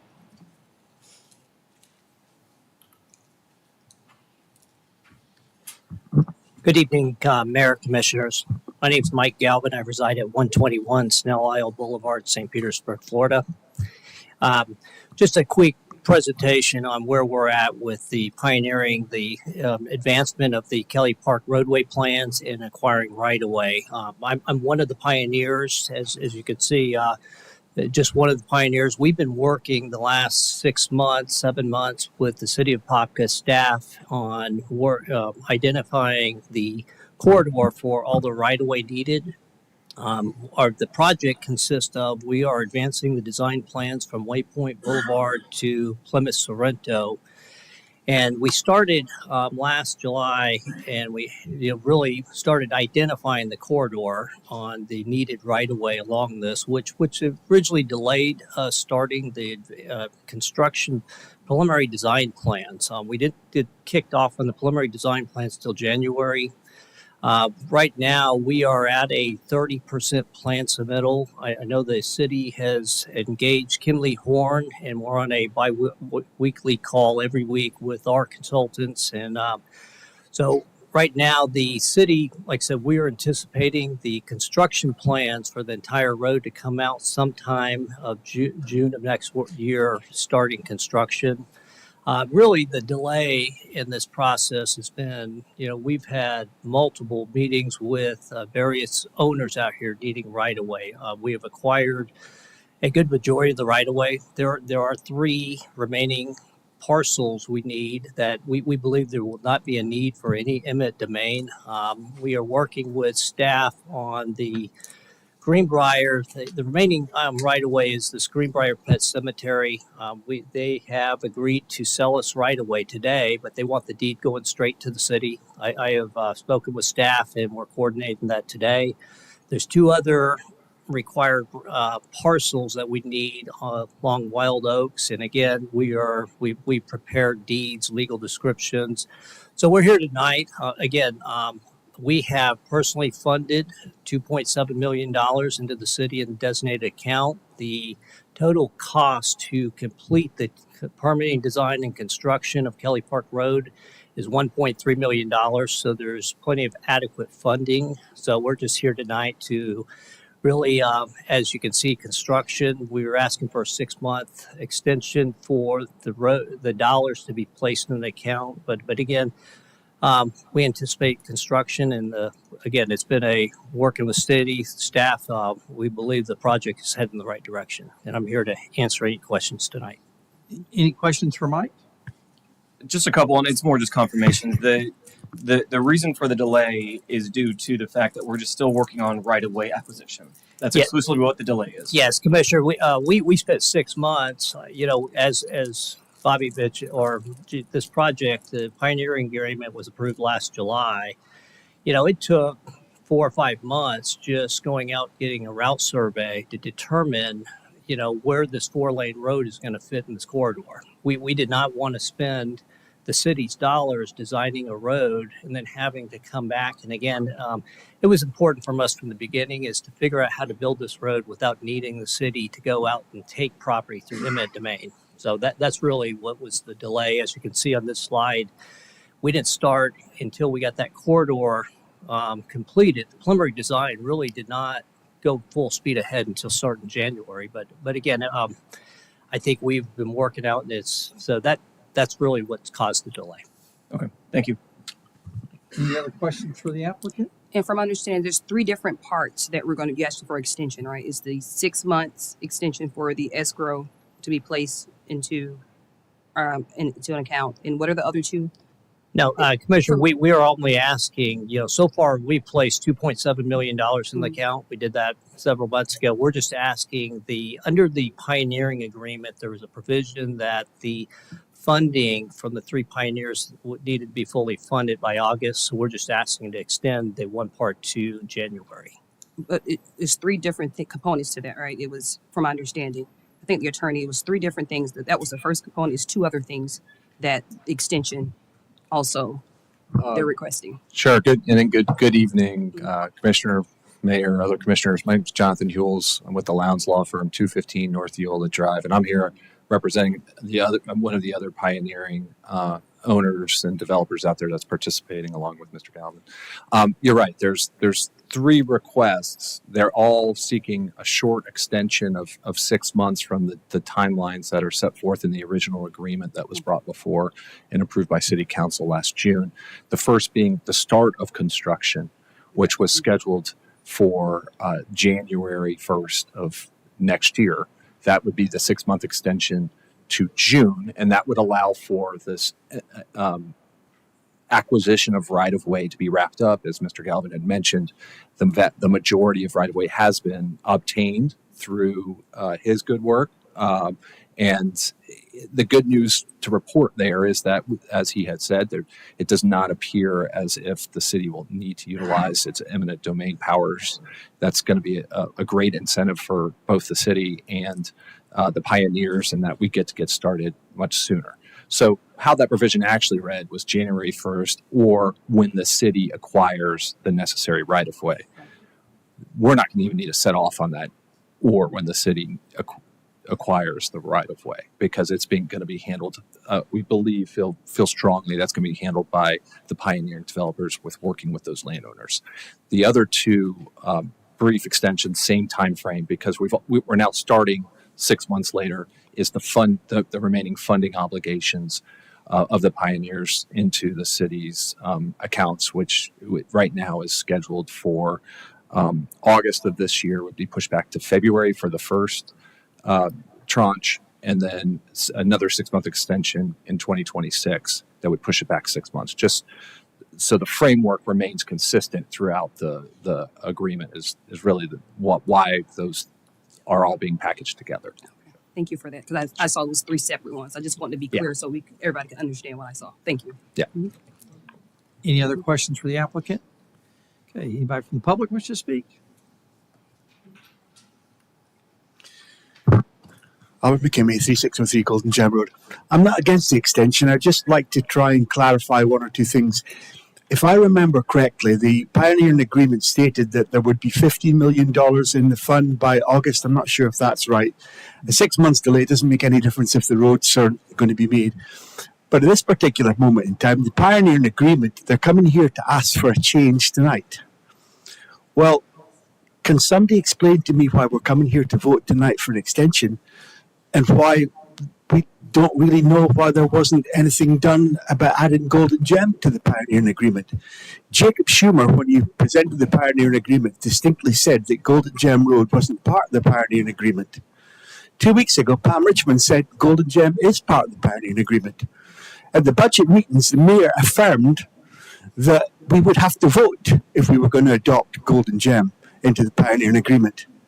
Can somebody please tell me what was happening?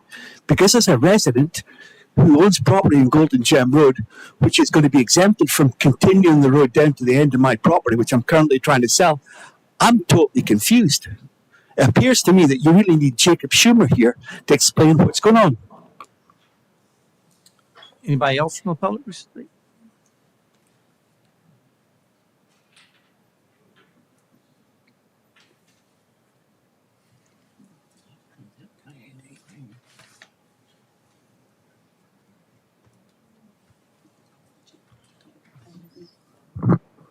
I wish I could call this in.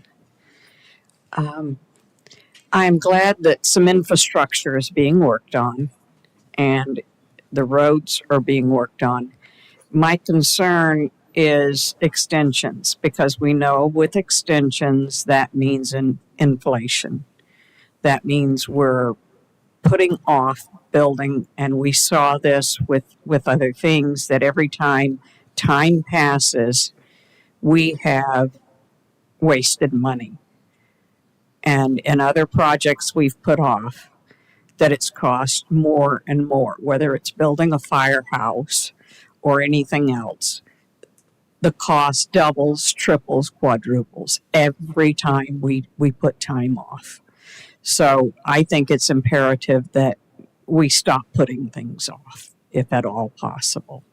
And then the other thing with approving new projects right now is we know we've got 30,000 in the near future that have already been approved, and we just saw at the budget for that previous issue. I didn't get to jump up in time. The previous issue is if we approve more and more subdivisions or buildings, is that we don't have anywhere for their stuff to go. We don't have any sewage space or sewage facilities, and we don't have any water for them. So if we don't have water and sewage space for what we have and for what's being proposed already that's been approved, we certainly can't accept any more. So we have to accommodate what we have and what you've approved, but we need a moratorium, like I've said before. Thank you. Anybody else from the public? Okay.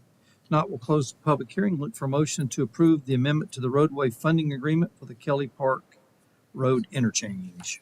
So moved. Got a motion by Commissioner Smith, Second. second by Commissioner Velasquez. All those in favor? Aye. All opposed, motion carries unanimously.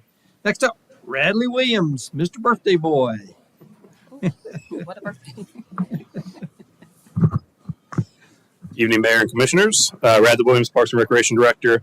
I'm here tonight with two business items. First one up is to seek approval for a youth sports partner program agreement with Apopka Youth Sports Association, Inc., which is our Apopka Pop Warner.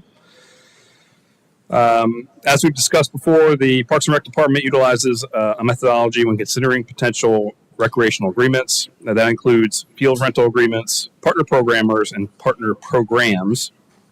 Apopka Pop Warner falls in the partner program category. The organization is a completely volunteer-led organization and has a long-standing partnership with the city of Apopka. The league has provided thousands of Apopka's youth over that time period with the opportunity to build character and learn teamwork and sportsmanship through the game of football.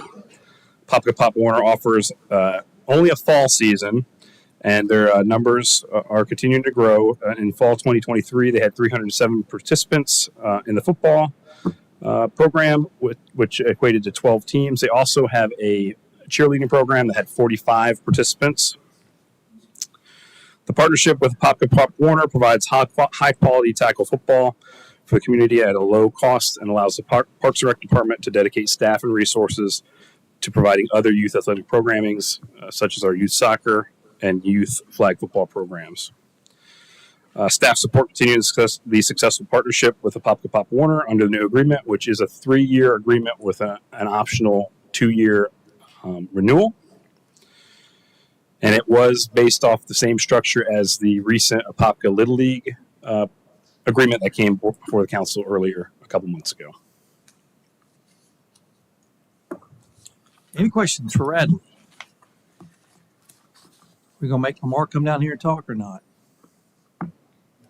Okay.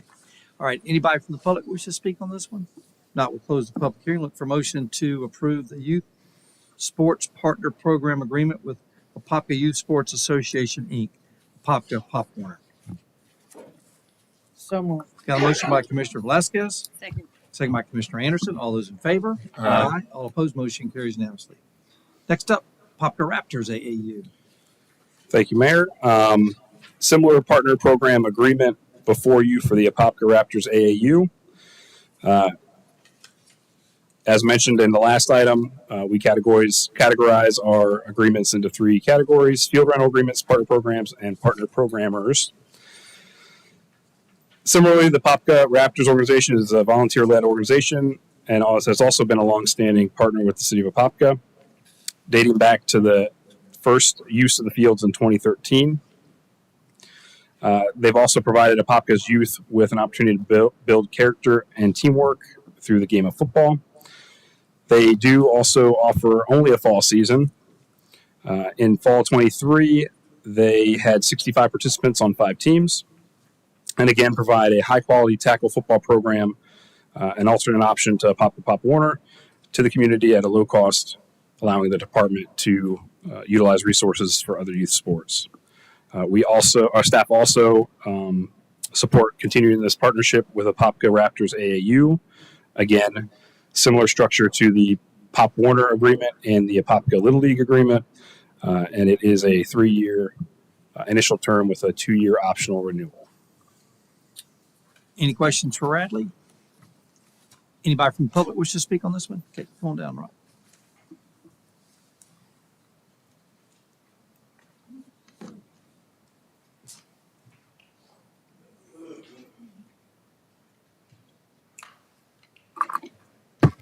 Rod Olson, 3156 Rolling Hills Lane. All we ask, Radley, is that you rotate those fields more. The fields that were in worse condition the last 2 years were the ones used by football, constant, all in the same 1 or 2 fields. They were just torn to shreds. Thank you. Anybody else want to speak? All right, if not, we'll close the public hearing. Look for a motion to approve Youth Sports Partner Program with Apopka Raptors AAU. So moved. Got a motion by Commissioner Smith, Second. second by Commissioner Velasquez. All those in favor? Aye. All opposed, motion carries unanimously. Next up, ordinance number 3051. Ordinance number 3051. An ordinance of the City of Apopka, Florida, amending the future land use element of the Apopka Comprehensive Plan of the City of Apopka, changing the future land use designation from residential low to industrial for Pave-A-Lot Asphalt Maintenance, Inc., located at 951 South Highland Avenue, owned by Joseph Lewis, comprising of .057 acres more or less, providing for severability, conflicts, and an effective date.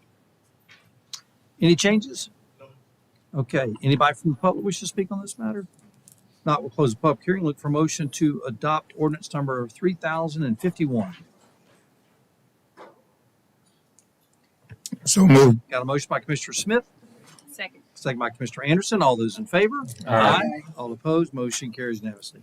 Next up, ordinance number 3060. Ordinance number 3060, an ordinance of the City of Apopka, Florida, amending ordinance number 2840, which is known as the Floridian Town Center Plan Development PD, generally located north of West Orange Blossom Trail and west of State Road 429, comprising 73.93 acres more or less, providing for directions to the Community Development Director, severability, conflicts, and an effective date.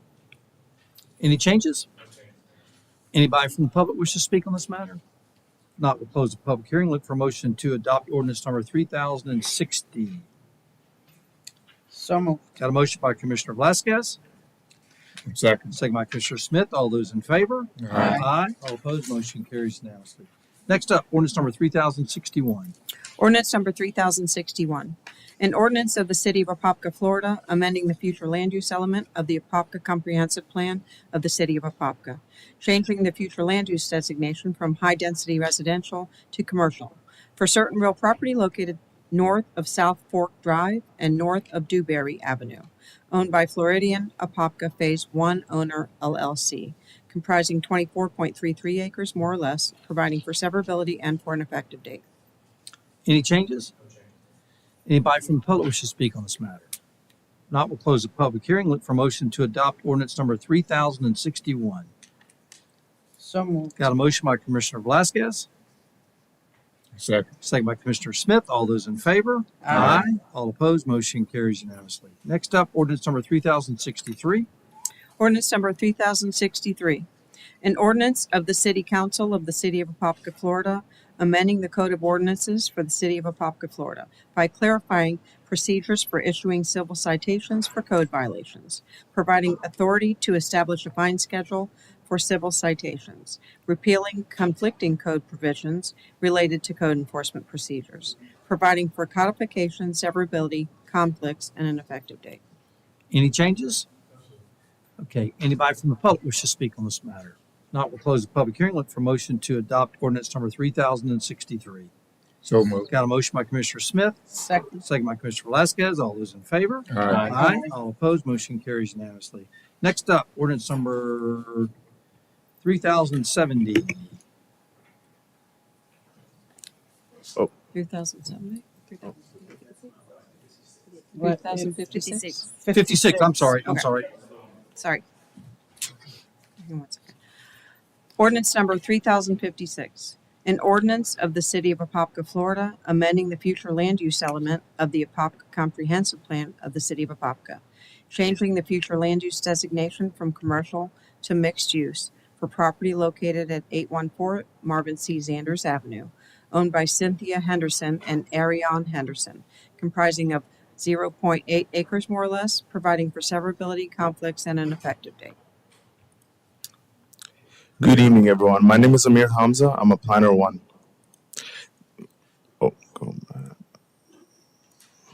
The applicant has submitted a small-scale feature land use amendment from commercial to mixed use for property located on 814 Marvin C. Zanders Avenue, just north of Michael Gladden Boulevard and south of 8th Street. These are the vicinity and aerial maps of the 814 Marvin C. Zanders Avenue site. The total site area is 0.08 acres and has a street frontage of 49.5 feet.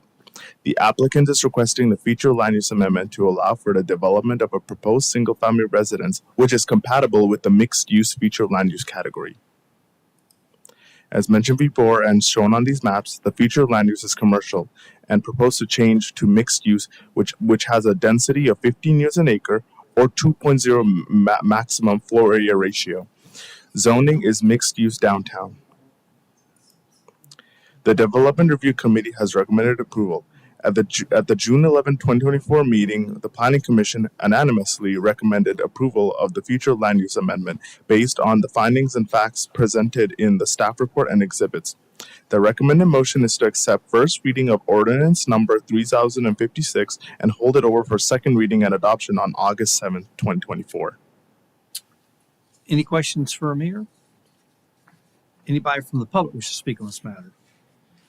Not, we'll look for a motion to approve ordinance number 3056 at first reading and hold over for a second reading and adoption. So moved. Got a motion by Commissioner Velasquez, second by Commissioner Smith. All those in favor? Aye. All opposed? Motion carries unanimously. Next up, ordinance number 3070.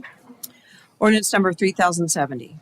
An ordinance of the City of Apopka, Florida, amending the Code of Ordinances of the City of Apopka, Florida, amending Part 3 Land Development Code by amending Article 5 Development Standards, by amending Section 5.14 Utilities, by adding new Section 5.14.7 Natural Gas Installation, providing for installation of natural gas lines within subdivisions or subdivided areas, providing for developer payment of cost of installation and materials, providing for cost sharing for gas main extensions under certain conditions, providing for construction of installation and main extension, providing for easements and permits, providing for ownership and maintenance, providing for conflicts, severability, and an effective date.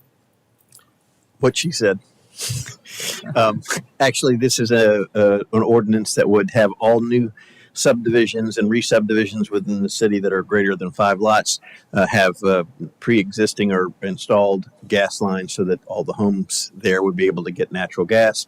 Costs will be borne by the developer unless there's not a close enough main as determined by Popka Gas to make that practical. And if subdivisions, generally speaking, are too far from the service to make it practical, they would be exempted. Otherwise, that would mean that essentially the new subdivisions and homeowners here would have the opportunity, if they chose to hook up to natural gas. So that's what this ordinance does. All right. Any questions for Cliff or our team?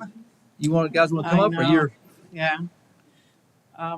You know, when I sat on the board back in the early days, I do remember, and Cliff would remember that. That was a suggestion that I had in mind. So I'm really happy that this is coming to fruition because we're building so many new subdivisions, and being able to offer the new homeowners that want to invest in our community, in our city, I should say, should have that option, especially if Lake Apopka has the natural gas, going through that development. So I absolutely am welcome that we have that now. Anybody else? Questions for? Yeah, I got a few questions. This isn't an option; it would be a requirement of all. Yeah, going forward, yes. Excuse me? Yes, going forward. That's correct. Yes. So I guess there's some ambiguity within this that is concerning in that it's up to like a Apopka natural gas district to designate what is reasonably available. There's some ambiguous terms that Right. I don't think I'm comfortable with. Okay. Well, I didn't draft the ordinance, but I will tell you what I think the reasoning is, even though I guess they can speak for themselves. They are the experts in this field. We have a 40% interest, I think, in their outfit. And so if they say it's not practical, they're the experts. Now, does that mean there's somebody who couldn't refute it? There probably is somebody who might take a different view, but somebody has to be the tiebreaker. And so this ordinance defers to that particular utility. If y'all don't like it, that's not my issue, but I'm sure they can talk to you about it. Yeah, I think some additional, and maybe this to you, just some additional terms of what that looks like for the developer, because I don't want developers to come in and say, well, this is, now the onus is on the developer and we're adding more costs, and that's only going to be passed directly on to our residents then that are buying new homes, whatever it may be. So it's an additional cost for all new homes, and I want to make sure that, again, we're not... I don't know. I didn't understand it to be like it has to be offered. I thought it was a choice. It has to be done. If you're bringing a new subdivision or re-subdivision, you have to install the lines and essentially the infrastructure to allow gas to be provided to the subdivision. However, what Mr. Commissioner Nesta is referring to is that there is a decider in there as to whether it's practical. If a subdivision is so far from the nearest connection, is it practical to have them bring the line to connect and have gas servicing the area?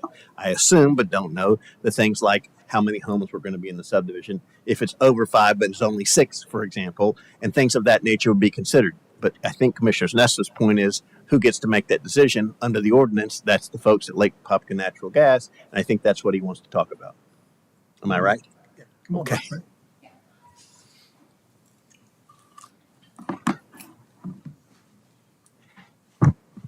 All right, Brent Haywood, 1320 Winter Garden Vinland Road, Lake Apopka Natural Gas. I'm the general manager and CEO.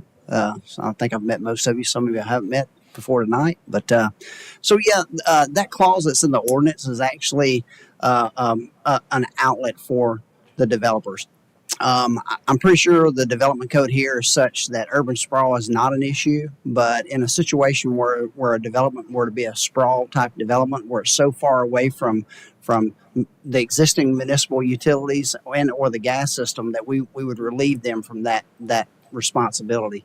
One of the things that we took into account before we presented this ordinance was making sure that the developers are not unduly burdened by this, that they were going to receive the benefit from this ordinance. And that's the thing that clause allows us to make sure that there's no undue burden on the developers to where they can't achieve the return on the investment that they're making, because we still see it as an investment, even though it's a requirement. So. Understood. And so, and I just don't know where your lines specifically are at. So I think that comes from, is this, are they everywhere and I just don't know it? Or is it less than what I'm thinking? And there's going to be a lot of extensions that are needed. And I just don't like ambiguity in anything. So fortunately for Apopka is really the originator of Lake Apopka Natural Gas. We're actually celebrating our 65th anniversary this year. They were the driving force to create us years ago. So actually our infrastructure is more mature in Apopka. So there's not really that many areas that require major extensions, other than if the development is so large that we had to make an improvement to the existing facilities.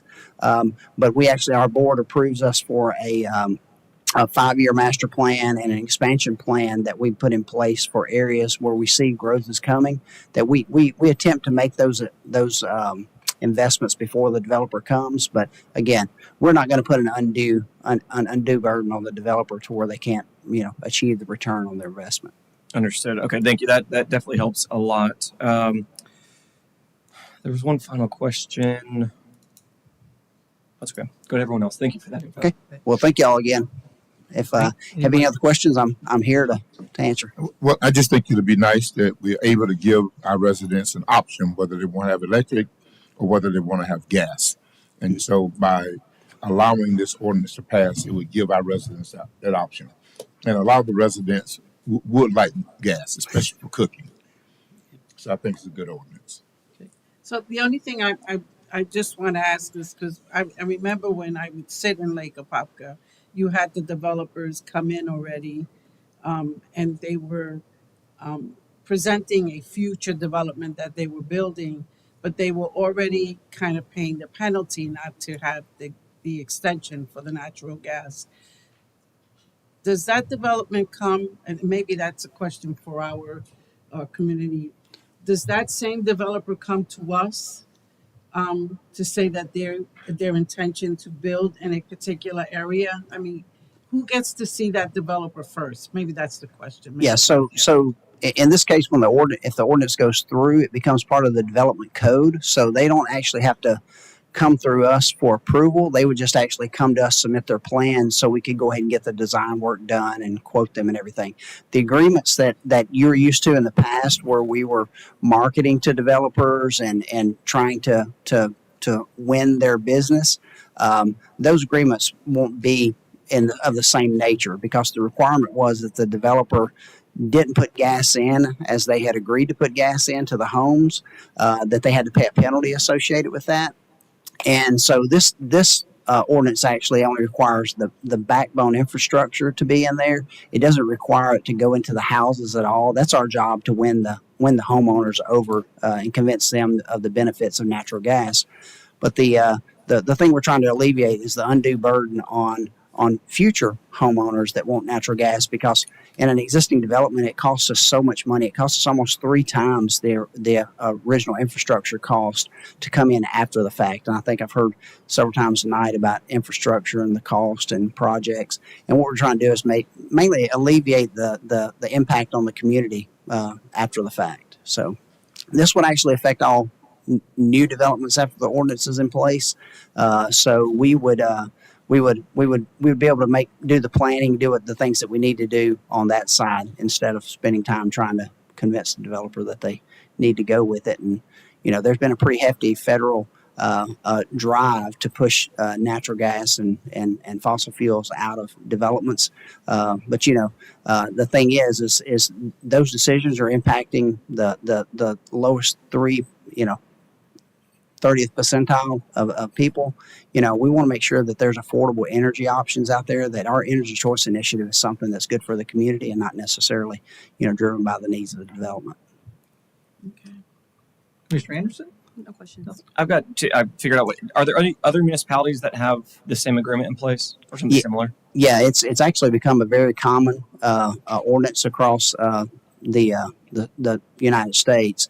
I've worked specifically for multiple municipalities who have that, for municipal utilities who have it. The closest one to us is actually the city of Leesburg has had the same ordinance in place since, I think, before 2019, so probably 2017, 2018 timeframe.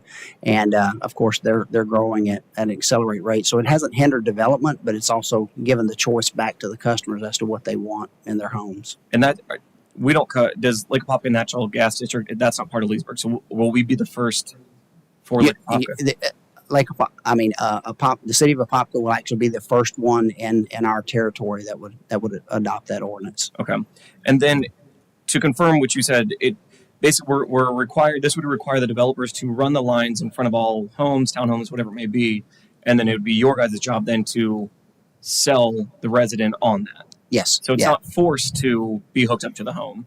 Exactly. It's one of those things where, if we have someone who chooses to not have natural gas in the home, we want to honor that choice. But the problem is in the developments that we have currently, we have quite a few developments in Apopka who don't have natural gas infrastructure available. When someone comes in and buys a home and wants to add natural gas, it's just an undue expense on them. You could be looking at $15,000, $20,000 worth of main extension costs to be able to get gas to your fireplace or pool heater or dryer or cooktop. And, we're trying to alleviate that continued growth of that initiative, what we call the electrification movement. But we're also going to be working diligently on expanding back into existing developments and making it available. So it really, this ordinance will allow us to reallocate some resources back to capturing existing developments who have missed that opportunity as well. Okay, I like that option. That it's not forced. It's if the resident wants to implement it. I like that a lot. So. Yeah, the original ordinance in 2019 that I think that was drafted actually made it a requirement. And cities of Leesburg actually requires they have to have at least 2 appliances in every home, and 80% of the lots in any development have to have natural gas. But we didn't want to go that far as to force our way into people's homes. We still want to be able to sell our product. We believe in it. My staff is here tonight. They believe in it. We know that it's essential to who we are, as a city and as a country. Okay, thank you. So, just one more question, and I thank you. I know we have there's 3 seats on the Lake Apopka. We have Claremont, Winter Garden, and our city. Yes, ma'am. Claremont and Winter Garden. What are they doing? So the ordinance is actually in review, and all of those we're on schedule for October with Claremont to get it in. I'm going to try to get that schedule moved up, and then we answered the final questions from legal counsel with Winter Garden. So I hope to be on the next agenda at Winter Garden as well. So Okay, thank you. Okay. All right. Anybody from the public wish to speak on this one?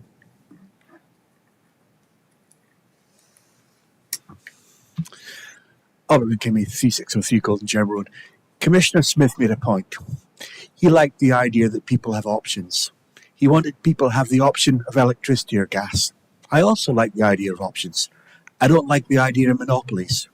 You see, when you take an internet service, you can choose between internet service providers. But when you make an ordinance to put in gas lines, firstly, I want to know who's paying for it. Is it the developer that's paid for the gas lines? Or is it Lake Apopka that's paying for the natural gas lines? In effect, if it's Lake Apopka that's paying for the gas lines, what you're proposing is setting up a monopoly, because it means that later on, no other gas company, if they decided to come in and compete with Lake Apopka, could compete with them, because it's Lake Apopka's gas lines. Next thing is that I find it difficult when a city owns part of a company that's asking for something to do for the city. I've advocated for some time that the city dispose of Lake Apopka natural gas.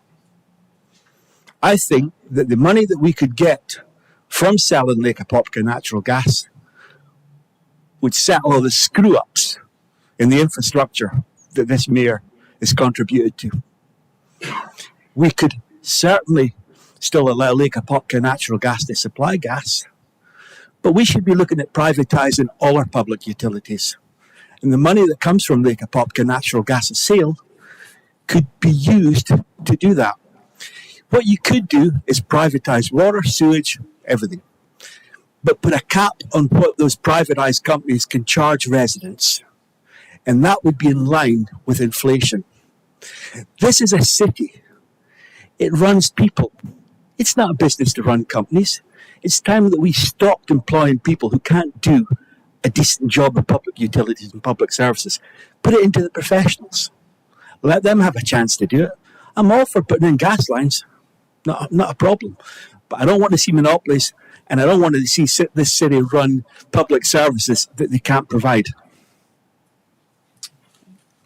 All right. Anybody else want to speak on this one? If not, we'll close the public hearing. Look for motion to approve ordinance number 3070 at first reading and hold over for a second reading and adoption. I'm gonna say so moved. So moved by Second. Commissioner Velasquez, second by Commissioner Anderson. All those in favor? Aye. All opposed? Motion carries unanimously. Next up, City Council reports. How about Commissioner Anderson? You want to start out? Yes, so I had the honor of attending Jalen Carter annual summer camp that I want to say it was his fourth camp at Apopka High School. There were over 200 students that was there, so that was very exciting. I'm looking forward to attending next year as well. I also attended the American Red Cross Greater Orlando's annual meeting and luncheon. Was able to get a lot of information for the upcoming, for hurricane season, and I just look forward to continuing to connect in the community. That's all I have. Okay. Commissioner Velasquez? The whole month of July was very busy for us. Two things. I really want to send my condolences to the Rickerson family with this recent passing of John, which everyone knew as JR, for the Apopka chief and the planter. And also, we did the 15 Days of Hope in honor of our fallen firefighter, which was Austin Durant. And in between January 1st till now, we had all kinds of events. We had the 4th of July. So it was a very busy month. And the only thing that I will kind of remind our public is the importance of these budgets that we've been working on. And we did set a millage rate. It's not an end all. We still have until September 4th. So I would urge our public to continue to look over our budget, and if anybody wants a printed copy, we will try and get that to you. I did understand, Dr. O did express that she was unable to read the budget the budget online, and you're not the first that has expressed that. But that's my ask of our public, is to really continue to look at our budget and do contact us and let us know what your feedback is, and what you think we should have and what's important. We understand that infrastructure is very important to our constituents, but I want them to know that even though we set a millage rate tonight, it's not an end all. It's open. It's still open to our public, and I'm urging our public to really pay attention to the budget. It's important. That's it. Okay. Commissioner Smith? I too want to send my condolences to the Rickerson family and to the Apopka chief in the passing of Mr. Rickerson, a longtime citizen of the city of Apopka and contributed a lot to our city, and he definitely would be missed. And I too participated in the 15 Days of Hope with the fire department and spent about 3 hours at Station 4 having dinner with them, and really enjoyed having that opportunity to spend some time with them and talk with them and get to understand a little better about what the fire department does and what all it entails and what their needs are. So that's all I have. All right. Mr. Nesta? Yes, thank you. I do want to offer condolences to the Ricketson family as well. Got to know JR over the years of serving and also just with family here locally. So definitely condolences to the family. Wanted to thank Mr. Williams and his team for helping get supplies out to the fire stations when we did a very big cleanup there at 4 of them. It was very well attended, over 50 volunteers, and I appreciate all the different groups that came out. It was very valuable. Wanted to address an email that I received from Commissioner Smith in reference to comments I made at last city council meeting in reference to the censure to Mayor Nelson. I'm not going to read my response. I'll provide it to you. I'll provide it to the city clerk. And just want to say that my comments were not made to disparage you as a man, you as an elected official, a pastor. It was to bring up, similar to what I did. I asked everybody, including myself, what would I do as a father? What all the platforms we ran on is what I discussed, and that's what I asked myself as a father of twin girls. Am I okay with? Am I okay teaching them to fight against lying, things like that? So I'll give you my response, and like I said, I'll give it to the city clerk as well. But with that, that's it. All right, Jacob. Yeah, just a few things. First of all, I want to thank my staff.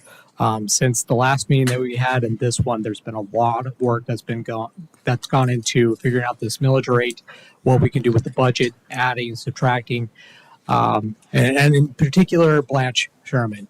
And so all of you know that anytime that you make one adjustment to a number, she has to go through the entire thing and make that adjustment and make sure there isn't any errors or issues with that. So there's been a lot of extra hours. So I want to thank her for that. Second thing, Commissioner Velazquez, I believe that you volunteered. I just wanted to make sure that things have not changed to be on the RFP review committee for the Correct, because the audit. I learned that Commissioner Nestor, because he was the person that the commissioner that wanted the forensic audit, and the former Vice Mayor Kyle Becker, and so being an independent in this forensic audit, because I did not contribute to the forensic audit, that I said that I would sit, because it's required by state statute. So that I would sit and do the work and put in the time. Okay. I just wanted to make sure everybody else is on board. And was that okay with you, Commissioner Nestor? Because originally it was offered to you. Correct. No, yeah. I mean, this is the first time hearing of you taking that role, which there's no problem. There's no issue. Right, because it was asked during my agenda review. And to your point, yesterday, statutorily, it does need to be a council member to chair that. Okay, thank you. Today I had the great opportunity to attend the required state ethics training. It was about 6 hours long. The guy talked really, really fast. It was hard to keep notes, but it was actually very beneficial. A lot of thoughts went through my mind. A lot of things were clarified. And there's one thing that I did want to emphasize with all of you, as well as with all of my employees. And that is my position on ethics and honesty in the workplace. So I'm speaking to all of you just for your information, and to all my employees, that are here with the city. And I'm reinforcing and making clear that is my policy, the policy of this administration, that any unethical or dishonest behavior while representing the city will not be tolerated. Plain and simple. In all cases where a complaint is made about some such behavior, I need to let you know that we investigate those thoroughly. I have a good team. They are impartial. We look over the facts, and after we have conducted our investigation is when we make a decision on what kind of discipline needs to be done with those employees and whether or not they have violated anything within the city council's approved personnel policies. And I'm letting you know, and let especially all of my employees know, that hardworking, intelligent, influential employees, or any that have a relationship, that's not an exemption. All employees who feel they've been dealt with unfairly can appeal to me the decision, and part of that appeal should be information that may have not been considered during the investigation. And so, anybody that is a subject of an investigation will receive all the information that the group that does the investigation received as well as the decision. And let me be clear, any legal threats, intimidation, or personal slander will not be considered part of a legitimate appeal. In most cases, these types of actions reinforce the decision I've already made. So I ask all of my employees and also the commissioners to not use your position or any other unethical means for me to reverse my decision or to violate the city's personnel policies and rules. I will not, And I want all of you and my employees to trust me. That is the point of this. I'm not going to set a precedent ever favoring one employee over another. And my employees and all of you need to know that you can depend on me to be consistent, predictable, and impartial. That's all I have. All right. Cliff, I know you got a couple of things. I do. All right, and I'm going to bring them up all at once. Did you make how many extra copies did you make? You gave me two. Did you make any I extra did them. I got of the you. shirt? Okay. All right. Let me get started if I can. I sent you a copy.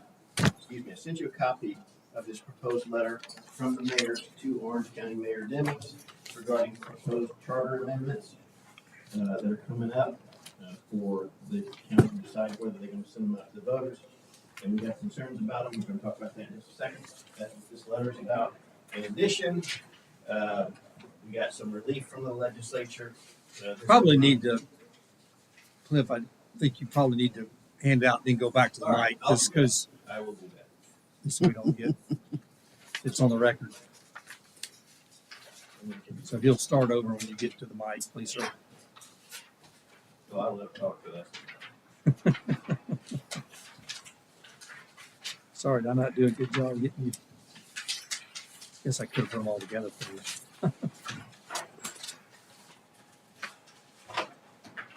The exhibits were left off. That's the problem.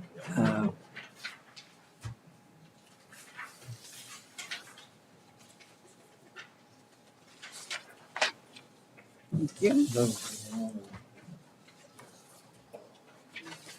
Thank you. Thank you. All right. So we're going to start with the letter to the mayors. I sent you all not only a copy that I had proposed some revisions to, but also a red line version of what I had gotten showing what I had revised or proposed to revise. The copy I just handed you now is the copy that I got with all of those lawyers' revisions accepted before I actually got it. And the reason I mention that to you is because we're on a short timeline to get our objection along with that of the other mayors that are under signatories here to the mayor. Speaking with Mayor Nelson, he believes, and I don't have any way to know because I haven't spoken to the attorneys who drafted this before I got a hold of it, that the time is short and they need to use this original version, the one that doesn't have my suggested changes, which is fine by me. They were mostly stylistic as opposed to substantive. The bottom line is the reason for the objection to these amendments is they invade essentially our ability to do our business as governments and in the business of our citizens through home rule. The authority that we have as the folks most close to the folks who live here to make decisions that are in their best interest. That's what this letter attempts to lay out for Mayor Demings. It also reminds him that we all have supposedly the same responsibility to our citizens, and that should include not taking power away from them, but giving people power to them. And so that's what this letter's about. I don't really have any other stake in the fight, but that's what the letter's about. If y'all want to let me know. Otherwise, I think that it is Mayor Nelson's intention to, or mine, I'm not sure which, we'll figure it out, to get back to the other lawyers and say, hey, send it, and the mayors will sign it. I will note for the purposes of the record that there are two other cities that I represent that are on here, Eatonville being one and Maitland being the other, as signatories, but most every significant city in Orange County is a signatory to this document, or will be. So let me run through it. So I had we had a council of mayors meeting last Thursday, and we had City of Orlando, had Mayor Dyer, Mayor Dallas, Mayor of Winter Park. I'm trying to think who else we had. Ocoee, Winter Garden. So I think the only ones we were missing were Maitland and Belle Isle. So anyway, all the mayors or their representatives were there at the meeting.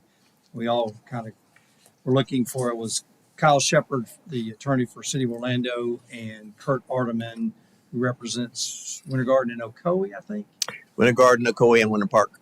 Okay, so they're the ones that drafted it, and then, then Cliff got to take a look at it. But anyway, so we're just trying to do is, as they come forward with their what they're going to put on the ballot in November, we want to, stake our claim as to, cities' rights versus county. So just look for your approval for me to sign this as the mayor of the city.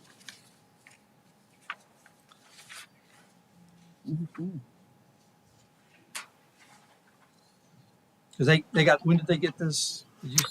When did What day? well they got it the day I got it, because I got it, I edited it immediately and sent it Okay. out. So Monday. And then I think, was it today or yesterday that I sent the red line version? Yeah. But Yeah, you did. Yeah. So does anybody have heartburn with this? If not, I'd like to, all it basically does, hey, we want to be at the table, and that's basically what's this saying. So everybody's okay with that? Anybody have objections? Let me know. Otherwise, we'll move on to the next one. okay, we good? So the next is a draft resolution. It's not yet on the agenda. It will be on the agenda, I guess, for the next meeting. And here's the purpose of it. As you all know, we're living in the world of live local. Doesn't really matter my personal opinion, but I'm not a fan. But regardless of whether I'm a fan or not, the reason for this resolution is in this legislative session, we got some relief potentially for cities like ours who have stand a real chance of being significantly affected in an adverse way in their budgets. It is because under Live Local, not only do you deal with projects that have not yet come to you that might qualify and therefore be able to get 75% of their property taxes exempted and therefore affect the bottom line of your property tax budget, but also they can do that if they've been in a project in the last 5 years and they want to convert. That's what happened in Maitland, which is how this got on my radar screen. 2 major apartment complexes totaling, I think, 500 or 600 units total, which had a major impact on our budget, applied for and received a Live Local exemption. And as a result, we are now scrambling to try to figure out how to put money together to balance that deficit. In the case of Maitland, Maitland had an original CRA loan from the city that it still owed on and was making payments. What has happened now in order to fill that gap is they've accelerated the payments from the CRA fund just to keep up with the amount of deficit that they're going to have from these 2 apartment complexes.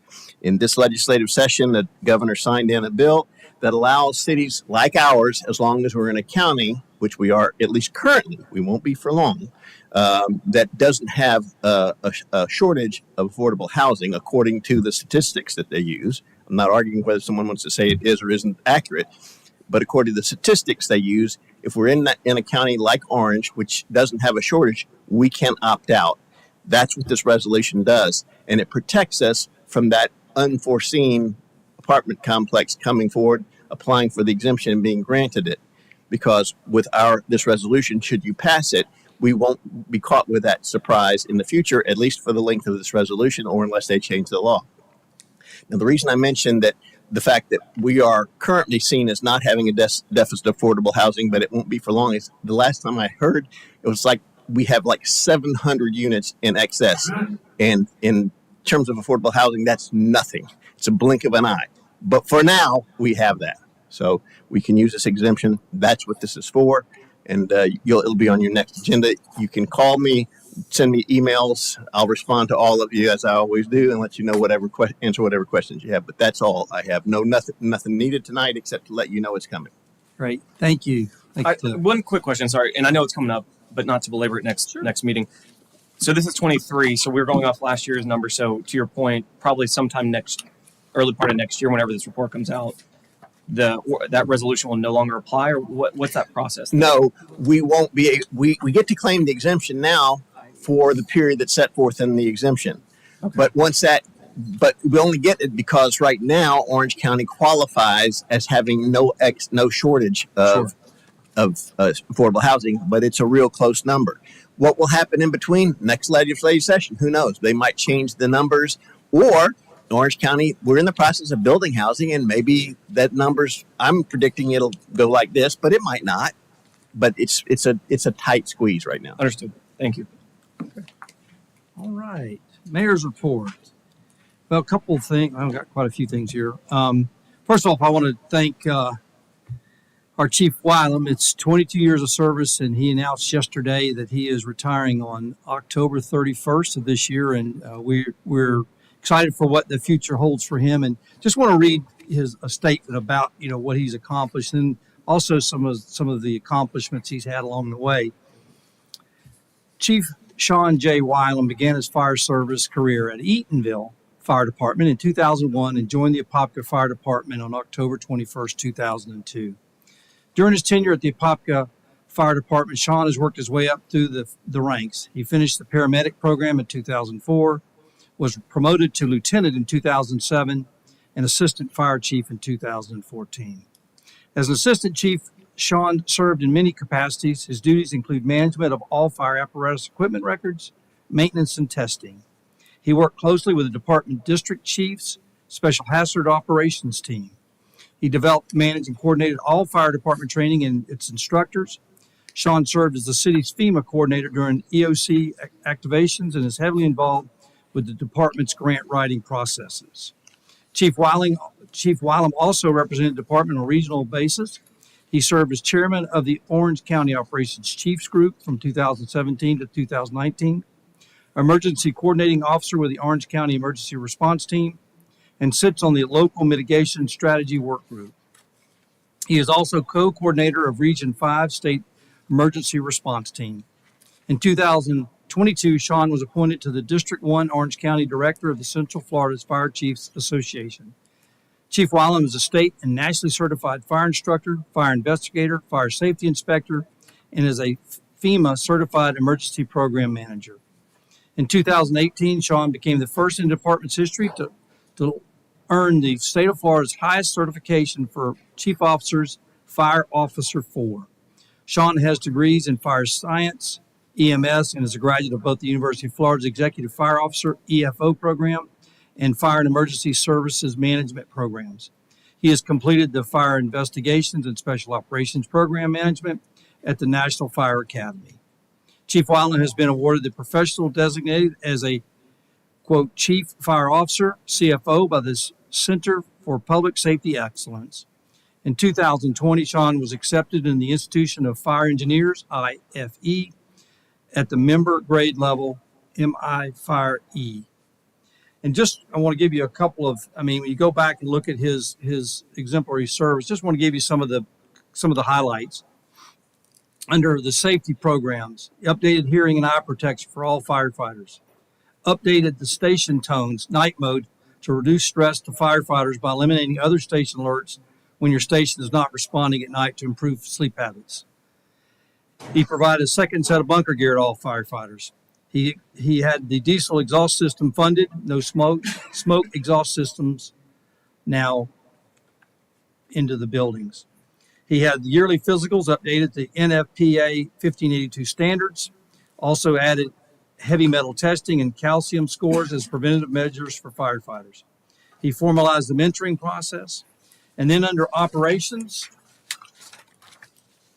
he established EMS safety captains, established EMS quality assurance specialists, increased the minimum requirements for promotions to ranks to establish minimum qualifications for each rank to not only meet but exceed industry standards.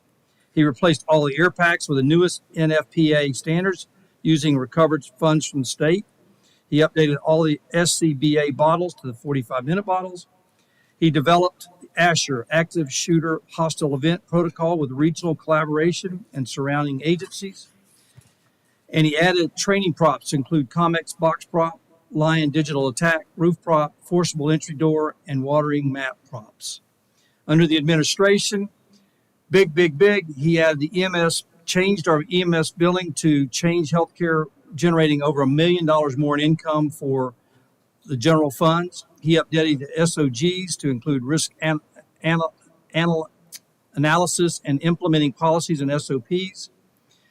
He implemented the Power DMS program for SOGs. He updated employee appraisal systems, including 6-month evals conducted by the lieutenants. He trained our chief officers on professional standards, developed a formal succession plan, began a strategic plan, established fit for duty protocol with clinics, and he obtained the state appropriation, helped me with the state appropriation for Station 6, and work with Air Methods to have a helicopter here for air care at Station 4, which will give us a higher level of care to all our citizens in the region. And for that, we are proud and honored to say that he's been a wonderful fire chief for the last 5 years. So thank you, Sean Wylam, for what you've done for the city of Apopka.